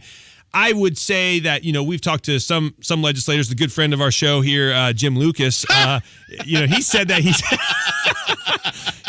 he's working on it. Oh, he's working on it. Well, and they could be. They could be. Listen, the session's not over. Okay, I'm giving them the benefit of the doubt. But what I'm saying is why don't you get out there and message this one all over the place? Because people would be like, oh, yes, great, relief is coming. Thank you, guys. We are glad that you're in there. We're glad we voted for you. We'll support you again. You're doing us a solid by getting down there and relieving the crisis of our property taxes. But they're not doing it, and that's the question I have is like, guys, you're either missing an opportunity politically, or you're not really doing it. But we can ask for 1 point whatever trillion for a new high-tech park. Right? A billion, yeah. So we don't want to be deemed unrealistic, but it might as well be a trillion. But that's the thing. Another example: the mayor of Lebanon being Johnny Tough Guy with me and going on social media forums and being mean to me. It's like, what? I don't even live in Lebanon. I'm innocent. I'm just a little innocent radio guy. Rob, here's why people don't like you. How long you got? No. It's because you have a lot of influence. You do. No one listens to me. No, that's Casey doesn't even listen to me. People listen. Listen, you got a lot of influence. Both your voices are big voices in Indiana's politics right now. And I mean, you would be shocked how many people come to Life Church on a Sunday morning and they say, "Hey, we've heard you on the radio with Rob and Casey, and that's why we're here." I mean, people listen. The average Hoosier listens in this area listens to you guys, and the political elite, they hate it. They hate that they listen to you guys, but they know that you wield the influence. That's why they get so mad at you. That's why they push back on you, which is, I think that's great. You guys are having an impact. God's given you a great platform, so use it. Okay, before I let you go, and you can come back now. That was very nice of you. I've changed my mind. I thought I said you needed to run for Congress. I've changed my mind. I think you need to run for lieutenant governor. Oh, yeah. Well, hey, we'll see. Because look, as much as I think it would be hilarious to see you on C-SPAN making those people's lives miserable, I think the fact that I could just walk down to the State House every day and see you do it and just shout out as you're doing things, that's my boy. Hey, I think that's probably a more valuable, it would be better for the show. You're my boy, Blue. You're my boy. All right, again, before I let you go, the class you're teaching, tell everybody about it again. Yeah, Biblical Citizenship, Life Church. It starts the first Monday in February, and it's going to go every Monday for 8 weeks.